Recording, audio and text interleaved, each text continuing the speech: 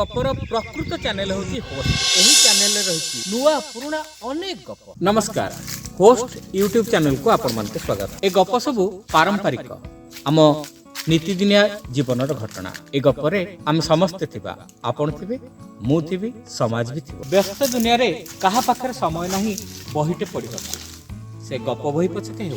आम चैनल रे ए समस्यार समाधान रही सब प्रकार गप आपण माने सहज रे पाई परिबे। तेबे डेरी करंतु, आम चैनल को आसंतु, सुनंतु गप, सब्सक्राइब करंतु, लाइक करंतु, आउ बंधु मानक भितरे शेयर करंतु।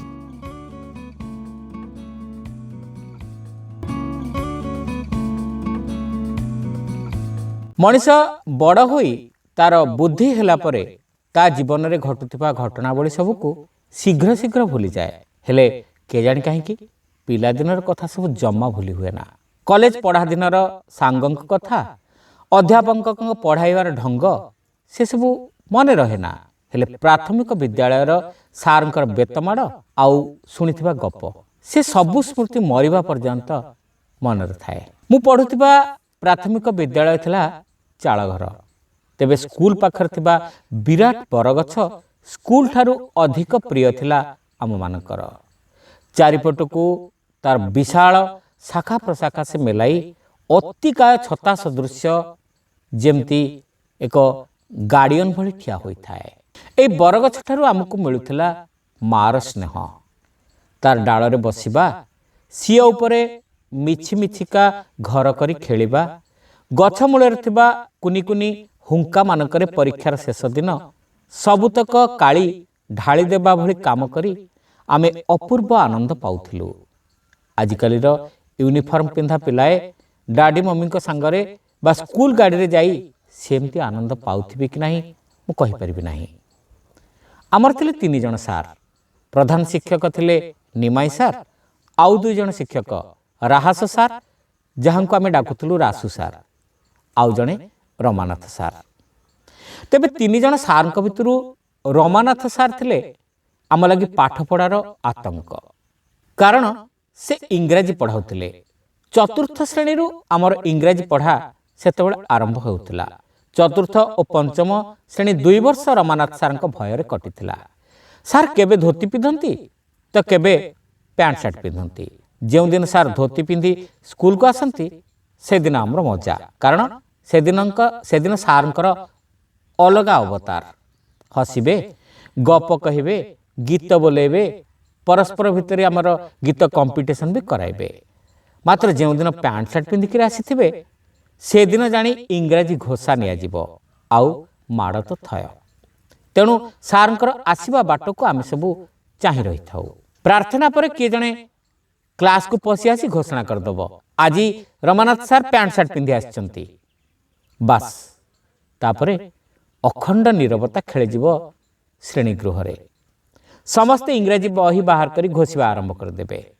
मात्र जदि पिलाटी घोषणा करिवो जे सार आज लुगा पिंधि आछंती, तेबे कळकळ उच्छ्वास रे फाटी पड़िवो श्रेणी गृह। सार रासु सार किंतु बहुत धीर स्थिर साहित्य पढ़ाउथिले। तेबे सार पढ़ेबा बेले ढुलांती प्रबल। सार ढोलाइबा आरंभ करिबा मात्रे पिला सम्मिलित सुर मेली देबे। कात धरी धीरे नाउरी ना देइछि मेली, किंबा धारा शिरा बणमास शेष रविवार निधि बुड़ा बाड़ी पटे पड़िछि विचार। मशा माछी मूषा जाक एक ठाबे बसी योजना करती तार प्राण नेबे नासी। सारे कविताटी को बहुत सुंदर भाव पढ़ाती। आम भितरु अभिनय करिया कुहे, काहाकू मूषा तो काहाकू मशा। निमाई सार गणित पढ़ाती अति सुंदर भावे। सार गणिबा शिखाइबा लगी काठी और गोली व्यवहार करती। आमे सबू घरू बाउंस काठी और माटीर गोली तैयारी कर नेउथलु स्कूल को। से सबू स्कूल रे रही थाए। आम स्कूल रे रहितला गोटे बड़ ग्लोब। विज्ञान पढ़ाइला बेले सार से ग्लोब टी को केबे केबे देखाउथिले। जो दिन आलमीरा रु ग्लोब बाहरिबो से दिन आमर आनंद कहिले न सरे। सार आमको चिन्हई देबे, एटा अमेरिका, एटा आफ्रिका इत्यादि। तेबे ग्लोब को देखले मु सबु बेले द्वंद्व रे पढ़ुथिली। सार कहती आम देशर उत्तर दिगरे अछि हिमालय, दक्षिण दिगरे अछि भारत महासागर। मु घर को जाई ବୋଉ ଆମ ଘରର ଦକ୍ଷିଣ ପାଖ କହୁଥିବା ସ୍ଥାନରେ ଛିଡ଼ା ହୋଇ କାନ ଡେରି ଶୁଣେ। ଶୁଣିବାକୁ ଭାରତ ମହାସାଗରର ଗର୍ଜନ। ପୁଣି ଉତ୍ତର ଦିଗରେ ଥିବା ନାଳବନ୍ଧରେ ଛିଡ଼ା ହୋଇ ଚେଷ୍ଟା କରେ ଦେଖିବାକୁ ହିମାଳୟ ପର୍ବତ। ଦିଶେନା। ହିମାଳୟ ଦେଖିବା ଆଶାରେ ଅନେକ ଥର ନାଳବନ୍ଧ କଡ଼ରେ ଥିବା କେନ୍ଦୁଗଛ ଅଗକୁ ବି ଚଢ଼ି ଯାଇଥିଲି। ଆଜିକାଲି ପିଲାଙ୍କ ହାତରେ ସବୁ ପ୍ରକାର ସାଧନ। ସେମାନେ ଏବେ ସ୍ମାର୍ଟଫୋନ୍ରେ ହିଁ ପଢ଼ା ଆରମ୍ଭ କରୁଛନ୍ତି। କାଠି ଗୁଲି ନୁହଁ, ବରଂ ଆବାକସରେ ଗଣିତ ପଢ଼ା ଆରମ୍ଭ କରୁଛନ୍ତି। ୟୁନିଫର୍ମ ପିନ୍ଧି କାନ୍ଧରେ ବ୍ୟାଗ୍ ପକାଇ ଟିଫିନ୍ ବକ୍ସ ଧରି ପାଣି ବୋତଲ ନେଇ ବାପା ମାଙ୍କ ସାଙ୍ଗରେ ସ୍କୁଲ ବସ୍ରେ ସ୍କୁଲ ଯାଉଛନ୍ତି। ଆମର ୟୁନିଫର୍ମ ନଥିଲା। ପ୍ୟାଣ୍ଟର ବୋତାମ ଛିଡ଼ି ଯାଇଥିଲେ ସେଇଟା ମୋଡ଼ା ହୋଇଥିବ। କନାର ବ୍ୟାଗ୍ରେ ପଶିଥିବ ବହି ଖାତା ଆଉ ହାତରେ ଚଟେଇ ଖଣ୍ଡେ ଖଣ୍ଡେ। ତେବେ ଏ କଥା ଅକାଟ୍ୟ ସତ। ଆମର ବ୍ୟାଗ୍ ଥିଲା ହାଲୁକା, ମନ ଥିଲା ଫାଙ୍କା, ନିର୍ମଳ ଓ ଆନନ୍ଦରେ ଭରପୁର। ବର୍ତ୍ତମାନର ଶିଶୁ ବ୍ୟାଗ୍ର ଓଜନରେ ଭାରାକ୍ରାନ୍ତ। ବାପା ମାଙ୍କର ଉଚ୍ଚାକାଂକ୍ଷା ପୂରଣ କରିବା ଲାଗି ସବୁବେଳେ ଚିନ୍ତିତ। ତା ମନରେ ନିର୍ମଳ ଆନନ୍ଦ ଓ ଖୋଲା ହସ ନାହିଁ। ମାତ୍ର ଏଥିଲାଗି ଆମର ବାପା ମା ମାନେ ଦାୟୀ। ସମ୍ପୂର୍ଣ୍ଣ ମୁକ୍ତ ଶୈଶବ ବିତାଇଥିବା ବାପା ମା ମାନେ ଶିଶୁମାନଙ୍କୁ କରିଦେଇଛନ୍ତି କାରାରୁଦ୍ଧ ପ୍ରଜାପତିଟିଏ। ଶ୍ରୋତାବନ୍ଧୁ, ମୋର ଏ ଅନୁଭୂତି ଆପଣମାନଙ୍କୁ କେମିତି ଲାଗିଲା କମେଣ୍ଟ କରି ନିଶ୍ଚିତ ଜଣାଇବେ। ଆପଣମାନେ ଯଦି ହୋଷ୍ଟ ଚ୍ୟାନେଲରେ ନୂଆ, ତେବେ ଏହାକୁ ସବସ୍କ୍ରାଇବ୍ କରିବାକୁ ଭୁଲିବେ ନାହିଁ। ବନ୍ଧୁମାନଙ୍କ ମଧ୍ୟରେ ସେୟାର କରନ୍ତୁ। ରହିଲୁ, ନମସ୍କାର। ଶୁଣିବା ଗଳ୍ପ ସାହସିକ କାର୍ଯ୍ୟ। ହେମଗିରି ନାମରେ ଛୋଟିଆ ଗାଁଟିଏ ଥାଏ। 10 ଜଣ ଡାକୁ ମିଶି ଗୋଟାଏ ଡାକୁ ଦଳ ଗଢ଼ିଥାନ୍ତି। ଗାଁ ପାଖରେ ଥିବା ବଣ ଭିତରେ ସେଇ ଡାକୁମାନେ ରହୁଥାନ୍ତି। ହେମଗିରି ଗାଁ ସେମାନଙ୍କର ଶିକାର କ୍ଷେତ୍ର ହୋଇଯାଇଥାଏ। ସେମାନେ ମଝିରେ ମଝିରେ ଏଇ ଗାଁକୁ ଆକ୍ରମଣ କରି ଗ୍ରାମବାସୀଙ୍କର ଧନ ସମ୍ପତ୍ତି ସବୁ ନେଇଯାଆନ୍ତି। ତା ଛଡ଼ା ଜଣେ ଦୁଇ ଜଣ ସୁନ୍ଦରୀ ଝିଅ ଓ ଗୋଟିଏ ଦୁଇଟା ପିଲା ମଧ୍ୟ ଜବରଦସ୍ତି ନେଇଯାଆନ୍ତି। ସେମାନଙ୍କର ଅତ୍ୟାଚାର ଯୋଗୁଁ ଗ୍ରାମବାସୀମାନେ ଦୁଃଖ ଓ କଷ୍ଟରେ ଜୀବନ କାଟୁଥାନ୍ତି। କେହି କେହି ଭାବନ୍ତି ଯେ ବରଂ ଏ ଗ୍ରାମ ଛାଡ଼ି ଦୂରକୁ ଯାଇ ଅନ୍ୟ କେଉଁ ଗ୍ରାମରେ ବସବାସ କରନ୍ତେ। ସେମାନେ ଏ ବିଷୟରେ ଅନେକ ଭାବିଲେ। ଅବଶେଷରେ ଏ ଦାୟିତ୍ୱ ବୀରସେନ ନାମକ ଗୋଟିଏ ଯୁବକ ଉପରେ ଦେଲେ। ସେ ଉପଯୁକ୍ତ ଗ୍ରାମ ଦେଖିବାକୁ ବାହାରି ପଡ଼ିଲା। ପ୍ରଥମେ ସେ ଯାଇ ଏକ ପଡ଼ୋଶୀ ଗ୍ରାମରେ ପହଞ୍ଚିଲା। ସେଠାକାର ମୁଖିଆଙ୍କ ସହ ଦେଖା କରି ନିଜ ଗାଁର ଦୁଃଖ କଥା ଜଣାଇଲା। ସବୁ ଶୁଣି ମୁଖିଆ କହିଲେ, ଦେଖ ଭାଇ, ଡାକୁମାନେ ଆସି ଯେତେବେଳେ ଦେଖିବେ ଯେ ହେମଗିରି ଗାଁ ଶୂନ୍ୟ ହୋଇଯାଇଛି, ସେତେବେଳେ ସେମାନେ ଲୋକ କୁଆଡ଼େ ଗଲେ ସେ ବିଷୟରେ ଅନୁସନ୍ଧାନ କରିବେ। ତମ ଗାଁ ଲୋକ ସବୁବେଳେ ଏଠାରେ ବସବାସ କଲେ ଡାକୁଦଳ ଏ ଗାଁକୁ ମଧ୍ୟ ନଷ୍ଟଭ୍ରଷ୍ଟ କରି ପକାଇବେ। ତମେମାନେ ନିଜେ ଶକ୍ତି ସଞ୍ଚୟ କରି ଡାକୁଦଳର ମୁକାବିଲା କର। ତୁମକୁ ଦୁର୍ବଳ ଜାଣି ସେମାନେ ଏପରି ଅତ୍ୟାଚାର କରୁଛନ୍ତି। କାହିଁ ଆମ ଗ୍ରାମର ସୀମା ପର୍ଯ୍ୟନ୍ତ ସେମାନେ ତ କେବେ ଆସୁନାହାନ୍ତି। ମହାଶୟ, ଡାକୁମାନଙ୍କ ସହିତ ଯୁଦ୍ଧ କରିବା ପାଇଁ ଆମେ ସମସ୍ତେ ପ୍ରସ୍ତୁତ, କିନ୍ତୁ କେମିତି ଯୁଦ୍ଧ କରାଯିବ, କିଏ ନେତୃତ୍ୱ ନେବ, ତାହା ହିଁ ବଡ଼ ପ୍ରଶ୍ନ, ବୀରସେନ କହିଲା। ମୁଖିଆ କିଛି ସମୟ ଚିନ୍ତା କରି କହିଲେ, ଆମ ଗ୍ରାମରେ ପ୍ରବୋଧାନନ୍ଦ ନାମରେ ଜଣେ ସାଧୁ ଅଛନ୍ତି। ପ୍ରତ୍ୟେକ କଥାରେ ଭଲମନ୍ଦ ବିଷୟରେ ସେ ଆମକୁ ପରାମର୍ଶ ଦିଅନ୍ତି। ଆମେ ତାଙ୍କ ନିର୍ଦ୍ଦେଶରେ ଚଳୁଛୁ। ତମେ ଯାଇ ସେଇ ସାଧୁଙ୍କୁ ଦେଖା କର, ସେ ନିଶ୍ଚୟ ତୁମକୁ ସାହାଯ୍ୟ କରିବେ। ବୀରସେନ ପ୍ରବୋଧାନନ୍ଦଙ୍କ ପାଖରେ ଯାଇ ପହଞ୍ଚିଲା। ତାଙ୍କ ଆଗରେ ଗାଁର ସମସ୍ୟା ବିଷୟରେ କହିଲା। ସାଧୁ କହିଲେ, ମୁଁ ତୁମ ସହିତ ତୁମ ଗାଁକୁ ଯାଇ ଲୋକମାନଙ୍କୁ ବୁଝାଇ ଦେବି କିପରି ଡାକୁ ସହ ମୁକାବିଲା କରିବାକୁ ହେବ। ପରଦିନ ସାଧୁଙ୍କୁ ଧରି ବୀରସେନ ଯାଇ ଗାଁରେ ପହଞ୍ଚିଲା। ଗ୍ରାମବାସୀମାନେ କୁହାକୁହି ହେଲେ କି ଜଣେ ଶକ୍ତିମାନ ସାଧୁ ଆସିଛନ୍ତି, ଯିଏକି ଡାକୁମାନଙ୍କର ଅତ୍ୟାଚାରରୁ ରକ୍ଷା କରିବେ। ଗ୍ରାମବାସୀମାନେ ଏକତ୍ର ହୋଇ ସାଧୁଙ୍କୁ ସ୍ୱାଗତ କଲେ। ଗାଁର ମୁଖିଆ ସାଧୁଙ୍କୁ କହିଲେ, ମହାଶୟ, ଆମେ ଡାକୁମାନଙ୍କ ଦ୍ୱାରା ଅତ୍ୟାଚାରିତ। ସେଥିରୁ ଉଦ୍ଧାର ପାଇବାକୁ ହେଲେ ଆପଣ ଯାହା କହିବେ ଆମେ କରିବୁ, କିନ୍ତୁ ଅସ୍ତ୍ରଶସ୍ତ୍ର ତ ଆମ ପାଖରେ ନାହିଁ। ଅସ୍ତ୍ରଶସ୍ତ୍ର ଦରକାର ନାହିଁ, କେବଳ ସାହସ ଥିଲେ ଯଥେଷ୍ଟ। ସାହସ ଥିଲେ ଆଉ ତମେମାନେ ସବୁ ଏକାଠି ହେଲେ ସେମାନେ କେବେ ମଧ୍ୟ ଆସିବାକୁ ସାହସ କରିବେ ନାହିଁ। ସାଧୁ କହିଲେ, ଆମକୁ ତାହେଲେ କୌଣସି ଅଦ୍ଭୁତ ଶକ୍ତି ଦିଅନ୍ତୁ ବା ଅସ୍ତ୍ରଶସ୍ତ୍ର ଚାଳନା ଶିଖାଇ ଦିଅନ୍ତୁ, ଆମେ ଡାକୁଙ୍କ ସହ ଯୁଦ୍ଧ କରିବୁ। ମୁଖିଆ କହିଲେ, ଦେଖ, ମୋ ପାଖରେ କୌଣସି ଯାଦୁ ବିଦ୍ୟା ବା अलौकिक ଶକ୍ତି ନାହିଁ। କେବଳ ମୋ ପାଖକୁ ଆସି ମୋ କଥା ଶୁଣ। ଦେଖିବ କ୍ରମେ ତମେ ନିଜେ ହିଁ ସାହସୀ ହୋଇଯିବ। ପରୀକ୍ଷା ସ୍ୱରୂପ ଜଣେ ଦୁର୍ବଳ ଲୋକକୁ ପ୍ରଥମେ ମୋ ପାଖକୁ ପଠାଅ, ତାକୁ ମୁଁ ସାହସୀ କରିଦେବି। ସାଧୁ କହିଲେ।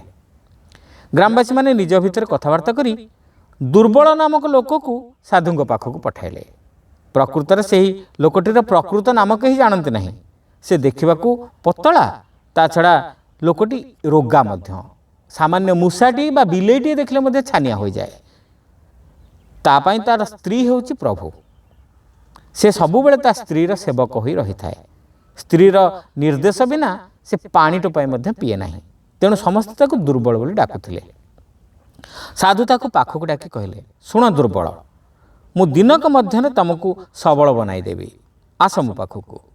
ଦୁର୍ବଳ ସାଧୁଙ୍କ ପାଖକୁ ଯିବାକୁ ବାହାରିବାରୁ ତା ସ୍ତ୍ରୀ ଆସି ତାକୁ ଧମକ ଦେଇ କହିଲା, ଶୁଣ, ସାଧୁଙ୍କ ପାଖକୁ ଯଦି ଯାଉଛ ତ ଯାଅ, କିନ୍ତୁ ତାପରେ ଫେରିଆସି ମୁଁ ଯାହା କହିବି ତୁମେ ସେଇଆ କରିବ।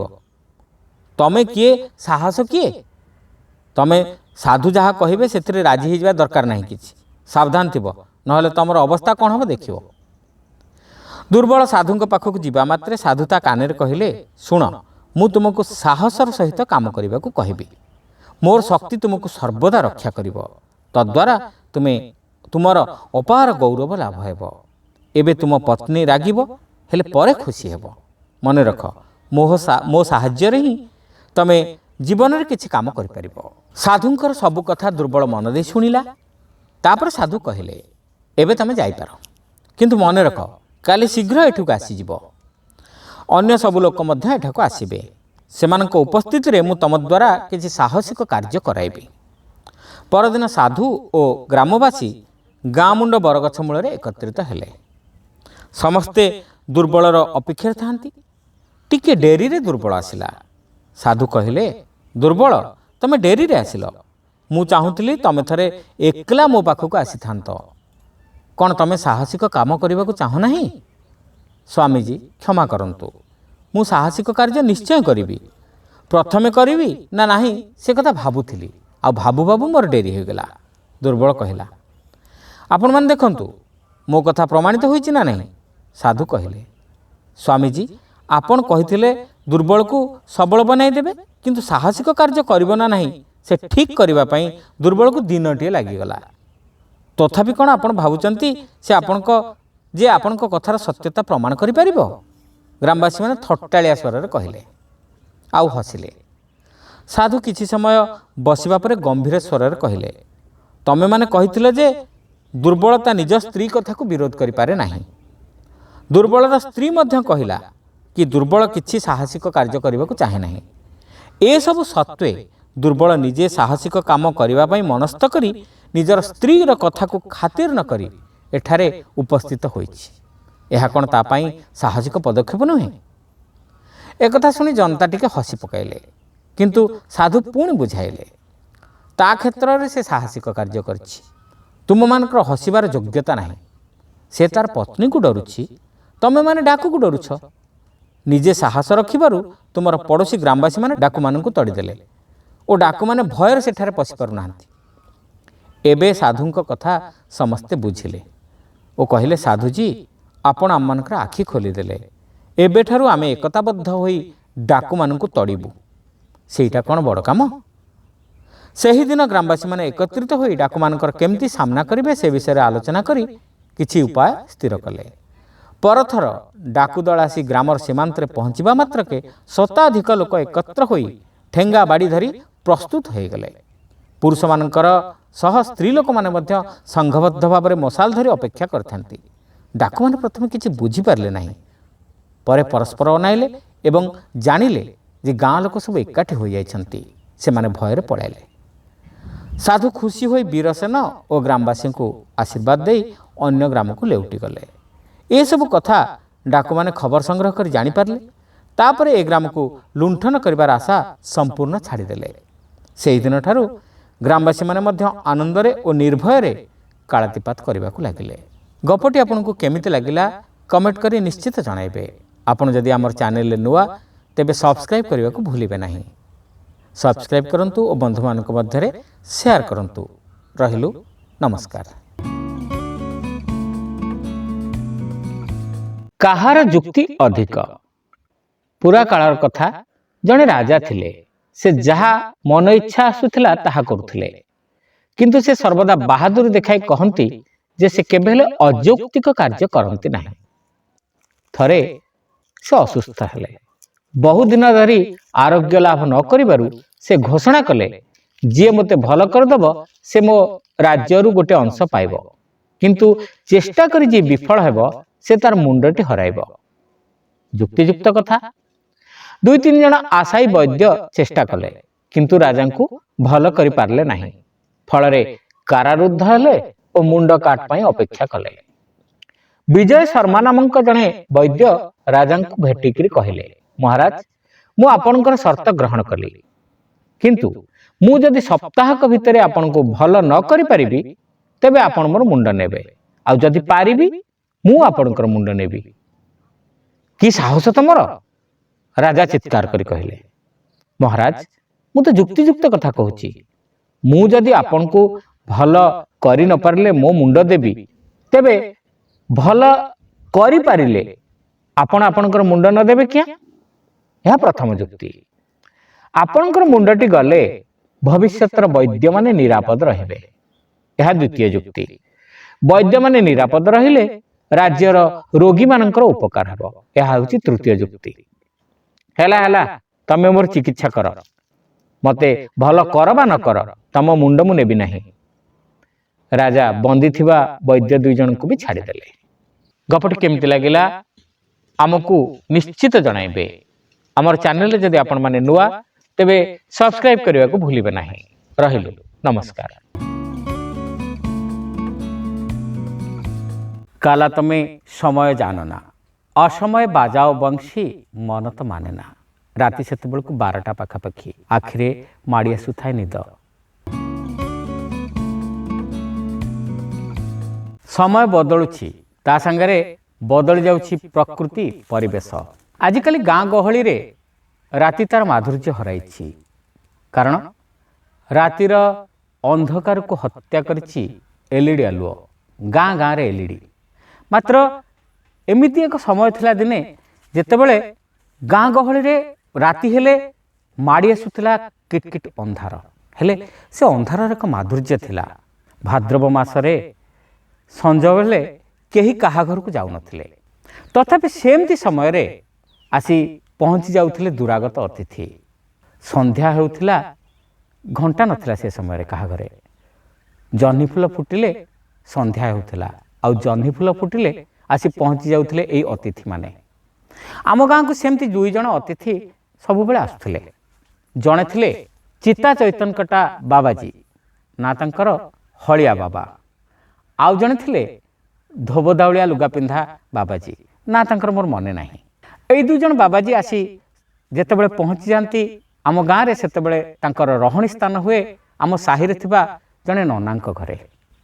ननांकर केही नथांती अविवाहित आमे ननांक घर को हो मठ। एई दुई जन बाबाजी आसी पहुँचिले से मठरे ही रुहंती।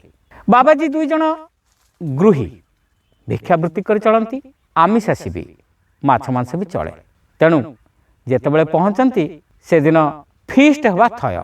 दिनकर कथा संज बेले आसी हलिया बाबा पहुँची गले। स्थिर है माछ शिकार होई फीस्ट हम। राति 8टा सुधा मु मोर पाठ सारी चटापट ननांक घरे हाजर हो गली। पाख गाँव आसी बड़ापांकर जड़े पुओ आउ जड़े पीसी पुओ आमे 3 भाई एवं बड़ नना तांक सहित हलिया बाबा 5 जन को नहीं से दिन फीस्ट। माछ शिकार कथाटा टिके कुहे।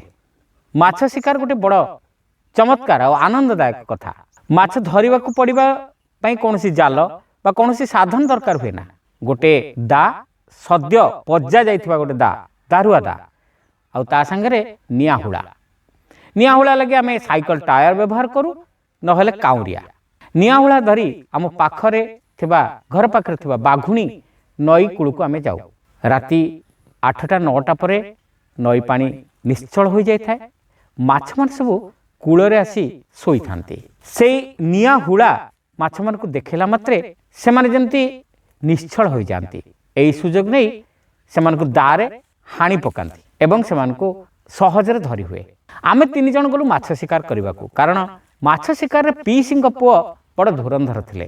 ଆମେ 3 ଜଣ ଗଲୁ ମାଛ ଶିକାର କରିବାକୁ, ଆଉ ବଡ଼ ନନା ଓ ହଳିଆ ବାବା ରହିଲେ ରୋଷେଇରେ। ଆମେ ଗୋଟେ ପୁରୁଣା ଟାୟାର, ଯାହାକୁ କି ମୁଁ ଆଗରୁ ରଖିଥିଲି ସାଇତିକିରି, ଟାୟାର ଜାଳି ନଈକୂଳକୁ ଚାଲିଲୁ। ଭାଦ୍ରବ ମାସ, ନଳିତା ଗଦା ହୋଇଥାଏ, ଝୋଟ ବାଡ଼ା ହେଇଯାଏ। ଆମ ଅଞ୍ଚଳରେ ଝୋଟ ବହୁତ ହେଉଥିଲା। ଝୋଟ ନଳିତା ଗୁଡ଼ିକ ପାଣିରେ ପଡ଼େ ଏବଂ ତା ଦେହରୁ ଝୋଟ ବାହାରେ। କାଉଁରିଆ ସବୁ ନାଳ କୂଳରେ ଗଦା ହୋଇଥାଏ। ଏହି ସୁଯୋଗରେ ଆମେମାନେ ନିଆଁହୁଳା ଧରି, ଟାୟାର ଜଳିତ ନିଆଁହୁଳା ଧରି ମାଛ ମାରିବାରେ ଲାଗିଗଲୁ। ସେଦିନ ଗଡ଼ିଶା, ଶେଉଳ ଏମିତି ଅନେକ କିଛି ମାଛ ଆମେ ଧରିଲୁ। ମାଛ ଧରି ଫେରିଲା ପରେ ସେ ମାଛ ଗୁଡ଼ିକୁ ମୁଁ ଘରେ ନେଇ ବୋଉ ପାଖରେ କାଟି ତାକୁ ଭଲ ଭାବରେ ହଳଦୀ ଏବଂ ଲୁଣ ଗୋଳେଇ ନେଇ ଆସିଲି। ଏପଟରେ ହଳିଆ ବାବା ଆଉ ନନା ସେତେବେଳକୁ ଭାତ ରାନ୍ଧି ମାଛ ଲାଗି ବେସର ବଟା ସରିଥାଏ। ବାବା ବେସର ବାଟୁଥାନ୍ତି, ଆଉ ତା ସାଥିରେ ଗୀତ ବି ଲମ୍ବେଇଥାନ୍ତି ହଳିଆ ବାବା। କାଲା ତମେ ସମୟ ଜାନେ ନା, ଅସମୟ କାଲେ ବଜାଓ ବଂଶୀ, ମନ ତ ମାନେ ନା। ହଳିଆ ବାବାଙ୍କର ଏ ଗୀତଟା ବଡ଼ ପ୍ରିୟ ଗୀତ ଥିଲା। ବେସର ବଟା ସରିଯାଇଥାଏ, ଆରମ୍ଭ ହୋଇଗଲା ମାଛ ତରକାରୀ। ନନା ମାଛ ତରକାରୀ କରିବାରେ ଧୁରନ୍ଧର। ମାଛ ତରକାରୀ ସରିଲା, ସଦ୍ୟ ବାଡ଼ିରୁ କଟା ହୋଇ ଆସିଲା କଦଳୀ ପତ୍ର। ମଞ୍ଜ କଦଳୀ ପତ୍ରରେ ମାଛ ଝୋଳ ଓ ଭାତ ବଢ଼ା ହୋଇଗଲା। 5 ଜଣ ଯାକ ଆମେ ଧାଡ଼ି ହୋଇ ବସିଗଲୁ ପିଣ୍ଡା ଉପରେ। ସତ କହୁଛି, ସେଇ ଦିନର ସେ ମାଛ ଭୋଜି ଆଜି ବଡ଼ ବଡ଼ ହୋଟେଲର ଖାଦ୍ୟଠାରୁ ମଧ୍ୟ କୌଣସି ଗୁଣରେ କମ୍ ନଥିଲା, ଯାହାର ସ୍ୱାଦ ମୁଁ ଏଯାଏଁ ବି ଭୁଲି ପାରି ନାହିଁ। ଭୋଜି ପରେ ପିଣ୍ଡାରେ ସପ ପକାଇ ଆମେ ସମସ୍ତେ ଶୋଇଗଲୁ। ହଳିଆ ବାବା ପୁଣି ଗୀତ ଲମ୍ବେଇଲେ, କାଲା ତମେ ସମୟ ଜାନ ନା, ଅସମୟ ବାଜାଓ ବଂଶୀ, ମନ ତ ମାନେ ନା। ରାତି ସେତେବେଳକୁ 12ଟା ପାଖାପାଖି। ଆଖିରେ ମାଡ଼ି ଆସୁଥାଏ ନିଦ। ଆମ ପିଣ୍ଡା ଅଗଣାରେ ଶୋଇ ଆକାଶକୁ ସମ୍ପୂର୍ଣ୍ଣ ଦେଖି ହେଉଥାଏ। ଆକାଶରେ ତାରାମାନେ ଗପ କରିବା ଆରମ୍ଭ କରିଦେଇଥାନ୍ତି, ଆଉ ଆମ ଆଖିରେ ନିଦ ଚହଟି ଆସିଥାଏ। ସେ ରାତିର ସେ ଭୋଜି ଏଯାଏଁ ବି ମୁଁ ଭୁଲି ପାରିନାହିଁ। ମୁଁ ନିଶ୍ଚିତ ଆପଣମାନେ ବି ଏମିତି ଅନୁଭୂତି ଅନେକ କରିଥିବେ। ଆଜି ପରିଣତ ବୟସରେ ଲୋକମାନେ ସେଭଳିଆ ଅନୁଭୂତି ପାଇବାକୁ ବ୍ୟାକୁଳ, ମାତ୍ର ପରିବେଶ ପରିସ୍ଥିତି ଆମ ଲାଗି ଆଉ ସେ ଅନୁଭୂତି ଦେଇପାରୁନାହିଁ। ଆଜିର ପିଲାମାନେ ବି ସେମିତି ଅନୁଭୂତିରୁ ବଞ୍ଚିତ, କାରଣ ପିଲାମାନେ ଆଉ ଗାଁରେ ରହିବାକୁ ସୁଯୋଗ ପାଉନାହାନ୍ତି। ଆଉ ଯେଉଁ ପିଲାମାନେ ବି ଗାଁରେ ଅଛନ୍ତି, ସେମାନେ ଏମିତି ଅନୁଭୂତି ପାଇବାରୁ ବଞ୍ଚିତ ରହୁଛନ୍ତି। କେଜାଣି ଆମେ କୁଆଡ଼େ ଯାଉଛେ? ମୋର ଅନୁଭୂତି ଆପଣମାନଙ୍କୁ କେମିତି ଲାଗିଲା କମେଣ୍ଟ କରି ନିଶ୍ଚିତ ଜଣାଇବେ। ଆପଣ ଯଦି ହୋଷ୍ଟରେ ନୂଆ ହୋଇଥାନ୍ତି, ତେବେ ଏହାକୁ ସବସ୍କ୍ରାଇବ୍ କରିବାକୁ ଭୁଲିବେ ନାହିଁ। ବନ୍ଧୁମାନଙ୍କ ମଧ୍ୟରେ ସେୟାର କରନ୍ତୁ, ହୋଷ୍ଟର ପ୍ରଚାର କରନ୍ତୁ, ଓଡ଼ିଆ ଭାଷାର ବହୁଳ ପ୍ରଚାର ମଧ୍ୟ କରନ୍ତୁ। ରହିଲୁ, ନମସ୍କାର। ଦୁଇ ପକ୍ଷ। ରାମପୁର ଗାଁର ଜୟ ଦାସଙ୍କର ଗୋଟିଏ ବୋଲି ଝିଅ, ନାଁ ତାର ସୁକୁମାରୀ। ଝିଅଟି ସତରେ ସୁକୁମାରୀ, ମାଛିକୁ ମ ବୋଲି କହେ ନାହିଁ। ସ୍ୱଭାବ ଅତି ଧୀର। ଜୟ ଦାସ ତା ପାଇଁ ବର ଖୋଜୁଥାନ୍ତି। ସୁକୁମାରୀର ଇଚ୍ଛା ସେ ଚମ୍ପେଇ ଗାଁର ସୁବ୍ରତକୁ ବିବାହ ହେବ। ଚମ୍ପେଇରେ ସୁକୁମାରୀର ମାମୁଁ ଘର। ମାମୁଁ ଘର ପାଖରେ ସୁବ୍ରତର ଘର। ସେଇଠି ଦୁହିଁଙ୍କର ଭେଟ ହୋଇଥାଏ। ସୁବ୍ରତର ବାପା ରଘୁ ପ୍ରଧାନ ଅବଶ୍ୟ ଏକଥା ଜାଣିନଥିଲେ। ଯେତେବେଳେ ଜୟ ଦାସ ତାଙ୍କ ପୁଅ ସହ ଝିଅର ବିବାହ ପ୍ରସ୍ତାବ ପକାଇଲେ, ସେତେବେଳେ ରଘୁ ପ୍ରଧାନ କହିଲେ, ଅତି ଭଲ କଥା। ତେବେ ଏଇ ଯେଉଁ ଆଜିକାଲି କହନ୍ତି ବାଟ ଖର୍ଚ୍ଚ, ସେ ବାବଦରେ ବେଶୀ ନୁହେଁ, 30,000 ଟଙ୍କା ଦେବାକୁ ହେବ। ଜୟ ଦାସ ଗମ୍ଭୀର ହୋଇ କହିଲେ, ଆପଣଙ୍କୁ ବି ନିର୍ବନ୍ଧ ବେଳେ ମୋ ଝିଅକୁ 12 ଭରି ସୁନା ହାରଟିଏ ଦେବାକୁ ହେବ। 12 ଭରି? ରଘୁ ପ୍ରଧାନ ଚମକି ପଡ଼ିଲେ। ହଁ ଆଜ୍ଞା, ସେଇଟା ଆମ ବଂଶର ପରମ୍ପରା। ଜୟ ଦାସ କହିଲେ, ମୁଁ 12 ଭରି ଓଜନର ସୁନାହାର ଦେଇପାରିବି ନାହିଁ। ରଘୁ ପ୍ରଧାନ କହିଲେ, ବେଶ, ମୁଁ ବି 30,000 ଟଙ୍କା ବାଟ ଖର୍ଚ୍ଚ ବାବଦକୁ ଦେଇପାରିବି ନାହିଁ। ଜୟ ଦାସ ଶୁଣାଇଦେଲେ। ସୁବ୍ରତ ଏକଥା ଶୁଣିଲା। ସେ ଯାଇ ବିବେକ ବାବୁଙ୍କୁ ଏକଥା କହିଲା। ବିବେକ ବାବୁଙ୍କ ପ୍ରତି ଉଭୟ ଜୟ ଦାସ ଓ ରଘୁ ପ୍ରଧାନଙ୍କର ସମ୍ମାନ ଥାଏ। ବିବେକ ବାବୁ ରଘୁ ପ୍ରଧାନକୁ ଡାକି କହିଲେ, ତମେ ସୁନାହାର ଦେବାକୁ ମଙ୍ଗି ଯାଅ, ଟଙ୍କା ପାଇବ କେଉଠୁ? ରଘୁ କହିଲା, ଧାର କର, ଯେଉଁ 30,000 ଟଙ୍କା ପାଇବ ସେଇଥିରେ ସୁଝିଦେବ। ରଘୁ ପ୍ରଧାନ ରାଜି ହେଲେ। ହାର ଯେତେ ହେଲେ ବୋହୂ ପାଖରେ ରହିବ, ବୋହୂ ତ ତାଙ୍କ ଘରର। ବିବେକ ବାବୁ ଜୟ ଦାସକୁ କହିଲେ, ତମେ ଟଙ୍କା ଦେବାକୁ ବି ରାଜି ହୋଇଯାଅ। ନିର୍ବନ୍ଧ ବାହାଘର ନୁହେଁ, ତମେ ନିର୍ବନ୍ଧକୁ ଯେଉଁ ହାର ପାଇବ ତାକୁ ବିକିଦେବ। ବିବାହ ପରେ ଯାଇ ବୋହୂ ସେ ଘରର, ବିବାହ ପର୍ଯ୍ୟନ୍ତ ସେ ତମ ଘରର। ବାହାଘରର ବ୍ୟବସ୍ଥା ହୋଇଗଲା। ସବୁ ପକ୍କା ହୋଇଯିବା ପରେ ଉଭୟ ପକ୍ଷରୁ ନିମନ୍ତ୍ରଣ ପତ୍ର ବଣ୍ଟା ସରିବା ପରେ ବିବେକ ବାବୁ ରଘୁ ପ୍ରଧାନକୁ ଖୋଲାଖୋଲି ସବୁ କହିଦେଲେ ଓ ମନ୍ତବ୍ୟ ଦେଲେ, ମନେ ରଖ, ବୋହୂ ତମେ ଦେଇଥିବା ହାର ପିନ୍ଧି ତମ ଘରକୁ ଆସିପାରିବ ନାହିଁ। ଆଉ ସେଥିପାଇଁ ଯେ ତମେ ଦାୟୀ, ଅର୍ଥାତ୍ ତମେ ଦାବି କରିଥିବା ଟଙ୍କା ଯୋଗୁଁ ସେ ହାରଟି ହରାଇଛି, ଏକଥା ବି ଭୁଲିବ ନାହିଁ। ତମେ ଦିନେ ବୁଢ଼ା ହେବ, ସେତେବେଳେ ଟଙ୍କା ଗଣୁଥିବ, କିନ୍ତୁ ବୋହୂର ସ୍ନେହ ଶ୍ରଦ୍ଧା ଆଶା କରିବ ନାହିଁ। ରଘୁ ପ୍ରଧାନ ଗୁମ୍ ହୋଇ କିଛି କ୍ଷଣ ପରେ କହିଲେ, ମୋର ଟଙ୍କା ଦରକାର ନାହିଁ। ଜୟଦାସଙ୍କୁ କୁହନ୍ତୁ ସେ ହାର ବିକିଦେବେ ନାହିଁ, ତାହା ବୋହୂର ହୋଇଥାଉ। ସାବାସ୍, ଏହାକୁ କହନ୍ତି ସଦ୍ବୁଦ୍ଧି। ବିବେକ ବାବୁ ରଘୁ ପ୍ରଧାନର ପିଠି ଥାପୁଡ଼ାଇ କହିଲେ, ଗପଟି ଆପଣମାନଙ୍କୁ କେମିତି ଲାଗିଲା ଆମକୁ ନିଶ୍ଚିତ ଜଣାଇବେ। ଆମର ଚ୍ୟାନେଲରେ ଯଦି ଆପଣମାନେ ନୂଆ, ତେବେ ସବସ୍କ୍ରାଇବ୍ କରିବାକୁ ଭୁଲିବେ ନାହିଁ। ରହିଲୁ, ନମସ୍କାର। ସମସ୍ତେ କହନ୍ତି ସବୁ କାର୍ଯ୍ୟ ପଛରେ କାରଣ ଥାଏ, ମାତ୍ର ବାସ୍ତବରେ ସବୁ କାର୍ଯ୍ୟ ପଛରେ ବି କାରଣ ନଥାଏ। ଅକାରଣରେ ବି ବହୁତ ଘଟଣା ଘଟିଯାଏ। ଆଜି ଗପଟି ଶୁଣିବା। ସାଧୁ ମହାରାଜ ଆଉ ଚେଲା ବଡ଼ କ୍ଳାନ୍ତ ହୋଇ ପଡ଼ିଥାନ୍ତି। ଖରାଦିନ, ଭୀଷଣ ଖରା, ଶୋଷ ବି ଲାଗୁଥାଏ ଜୋର। କିନ୍ତୁ ଦୈବକୁ ସେମାନେ ଏମିତି ଗୋଟେ ଗାଁ ଭିତରେ ପଶିଥିଲେ ଯେଉଁ ଗାଁରେ ଲୋକଙ୍କ ଭିତରେ ଅତିଥି ବତ୍ସଳତା ତ ଦୂରର କଥା, ଟିକେ ଦୟା ମାୟା ବି ନଥାଏ। ସେମାନେ ଥିଲାବାଲାଙ୍କ ଘର ଭଳି ଦିଶୁଥିବା ଦୁଇ ଚାରି ଜଣଙ୍କର କବାଟ ବାଡ଼େଇଲେ। ସମସ୍ତେ କବାଟ ଖୋଲିକିରି ଟିକେ ଚାହିଁ ପୁଣି ବନ୍ଦ କରିଦେଲେ। ଗାଁ ମଝିରେ ଗୋଟେ ଭଙ୍ଗା ଆଉ ପରିତ୍ୟକ୍ତ କୋଠା ଘର। ସେ କୋଠାର ଉପର ଛାତ ନଥାଏ, ଛପର କିଛି ଅଂଶରେ ଥାଏ। ତାରି ଛାଇରେ ଦୁହେଁ ବସି ପଡ଼ିଲେ। ହଠାତ୍ ସାଧୁ ମହାରାଜା ଚେଲାକୁ କହିଲେ, ବାବା, ଚାଲ ଆମେ ଏଠାରୁ ଯେତେ ସହଜରେ ଚାଲି ଯାଇପାରିବା ସେତେ ମଙ୍ଗଳ। କାରଣ ଏଠି କେହି ଗୋଟିଏ ବି ଲୋକ ଆମକୁ ସାହାଯ୍ୟ କଲା ଭଳିଆ ଦିଶୁନାହାନ୍ତି। ସେ ଦାରୁଣ ଖରାରେ ପୁଣି କିଛି ବାଟ ଚାଲିଯାଇ ପରବର୍ତ୍ତୀ ଗାଁରେ ପହଞ୍ଚିବା ପୂର୍ବରୁ ଚେଲାର ମନ ହେଉଥାଏ ଟିକେ ସେଠି ବିଶ୍ରାମ ନେଇଯିବା ପାଇଁ।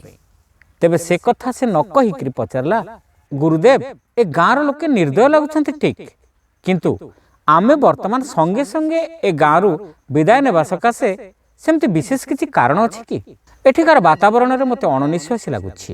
ପରିସ୍ଥିତି ଏତେ ଭିତରେ ଭିତରେ ଖରାପ, ଯେକୌଣସି ମୁହୂର୍ତ୍ତରେ ଯେକୌଣସି ସାମାନ୍ୟ କାରଣରୁ ଏଠାରେ ଦେଖାଯାଇପାରେ ବିଭ୍ରାଟ ଆଉ ଦଙ୍ଗାଗୋଳ, କହିଲେ ସାଧୁ ମହାରାଜ।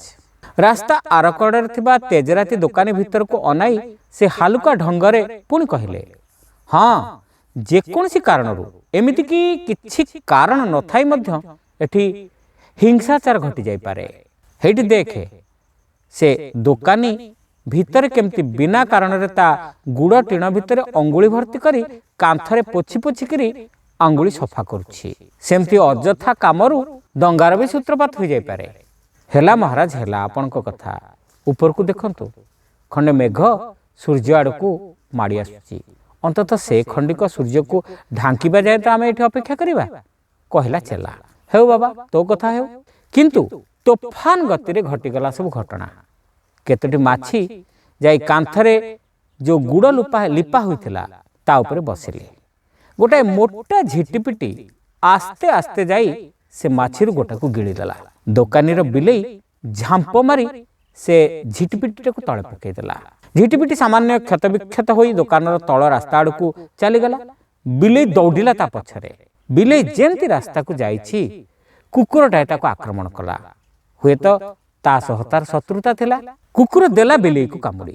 ଦୋକାନୀ କ୍ରୋଧାନ୍ଧ ହୋଇ ତାର ଦଣ୍ଡି ପଲା ପାଖରୁ ସେରିକିଆ ପଥର ଖଣ୍ଡକ ଉଠାଇ କୁକୁର ଆଡ଼କୁ ଫୋପାଡ଼ିଲା।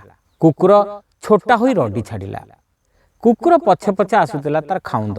ସେ ଦୋକାନୀ ଆଡ଼େ ହାତ ଉଞ୍ଚି କରି ଖେପି ଆସିଲା। ସେ ଭଦ୍ରଲୋକ ଗାଁର ଜଣେ ମାମଲତକାର ଲୋକ ଥିଲେ। ତାଙ୍କର ସମର୍ଥକମାନେ ତାଙ୍କ ପଛରେ ଆସି ଛିଡ଼ା ହୋଇଗଲେ।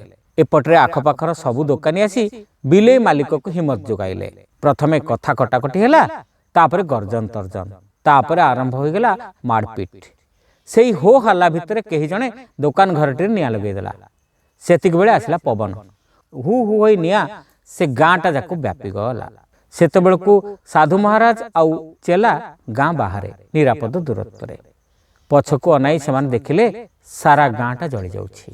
କେଉଁ ମୁହୂର୍ତ୍ତରେ କ'ଣ ଘଟିବ ସେ କଥା କିଏ କହିପାରିବ ବାବା? ଉତ୍ତର ଦେଲେ ସାଧୁ ମହାରାଜ।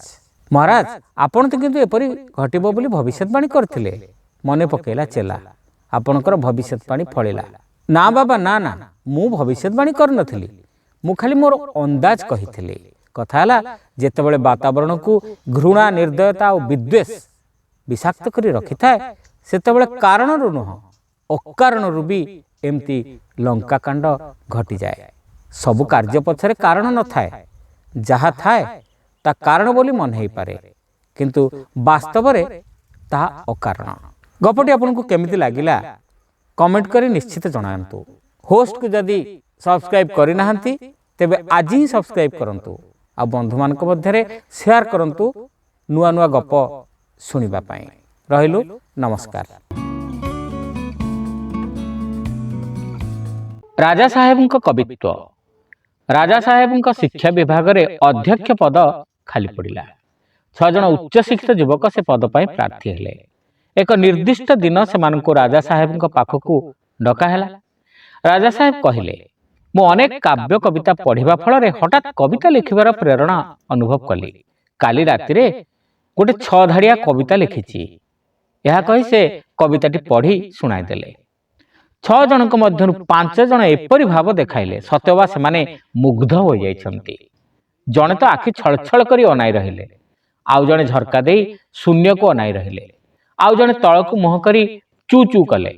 ଚତୁର୍ଥ ଜଣକ କବିତାଟିର କେତୋଟି ଶବ୍ଦ ଅସ୍ପଷ୍ଟ ଭାବରେ ଉଚ୍ଚାରଣ କରୁଥାନ୍ତି।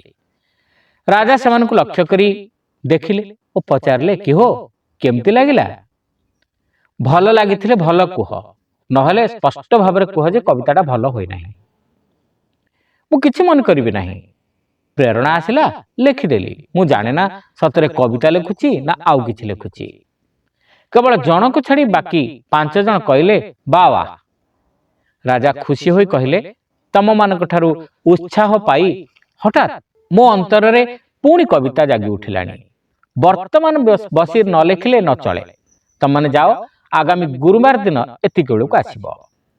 ଯୁବକମାନେ ଚାଲିଗଲେ।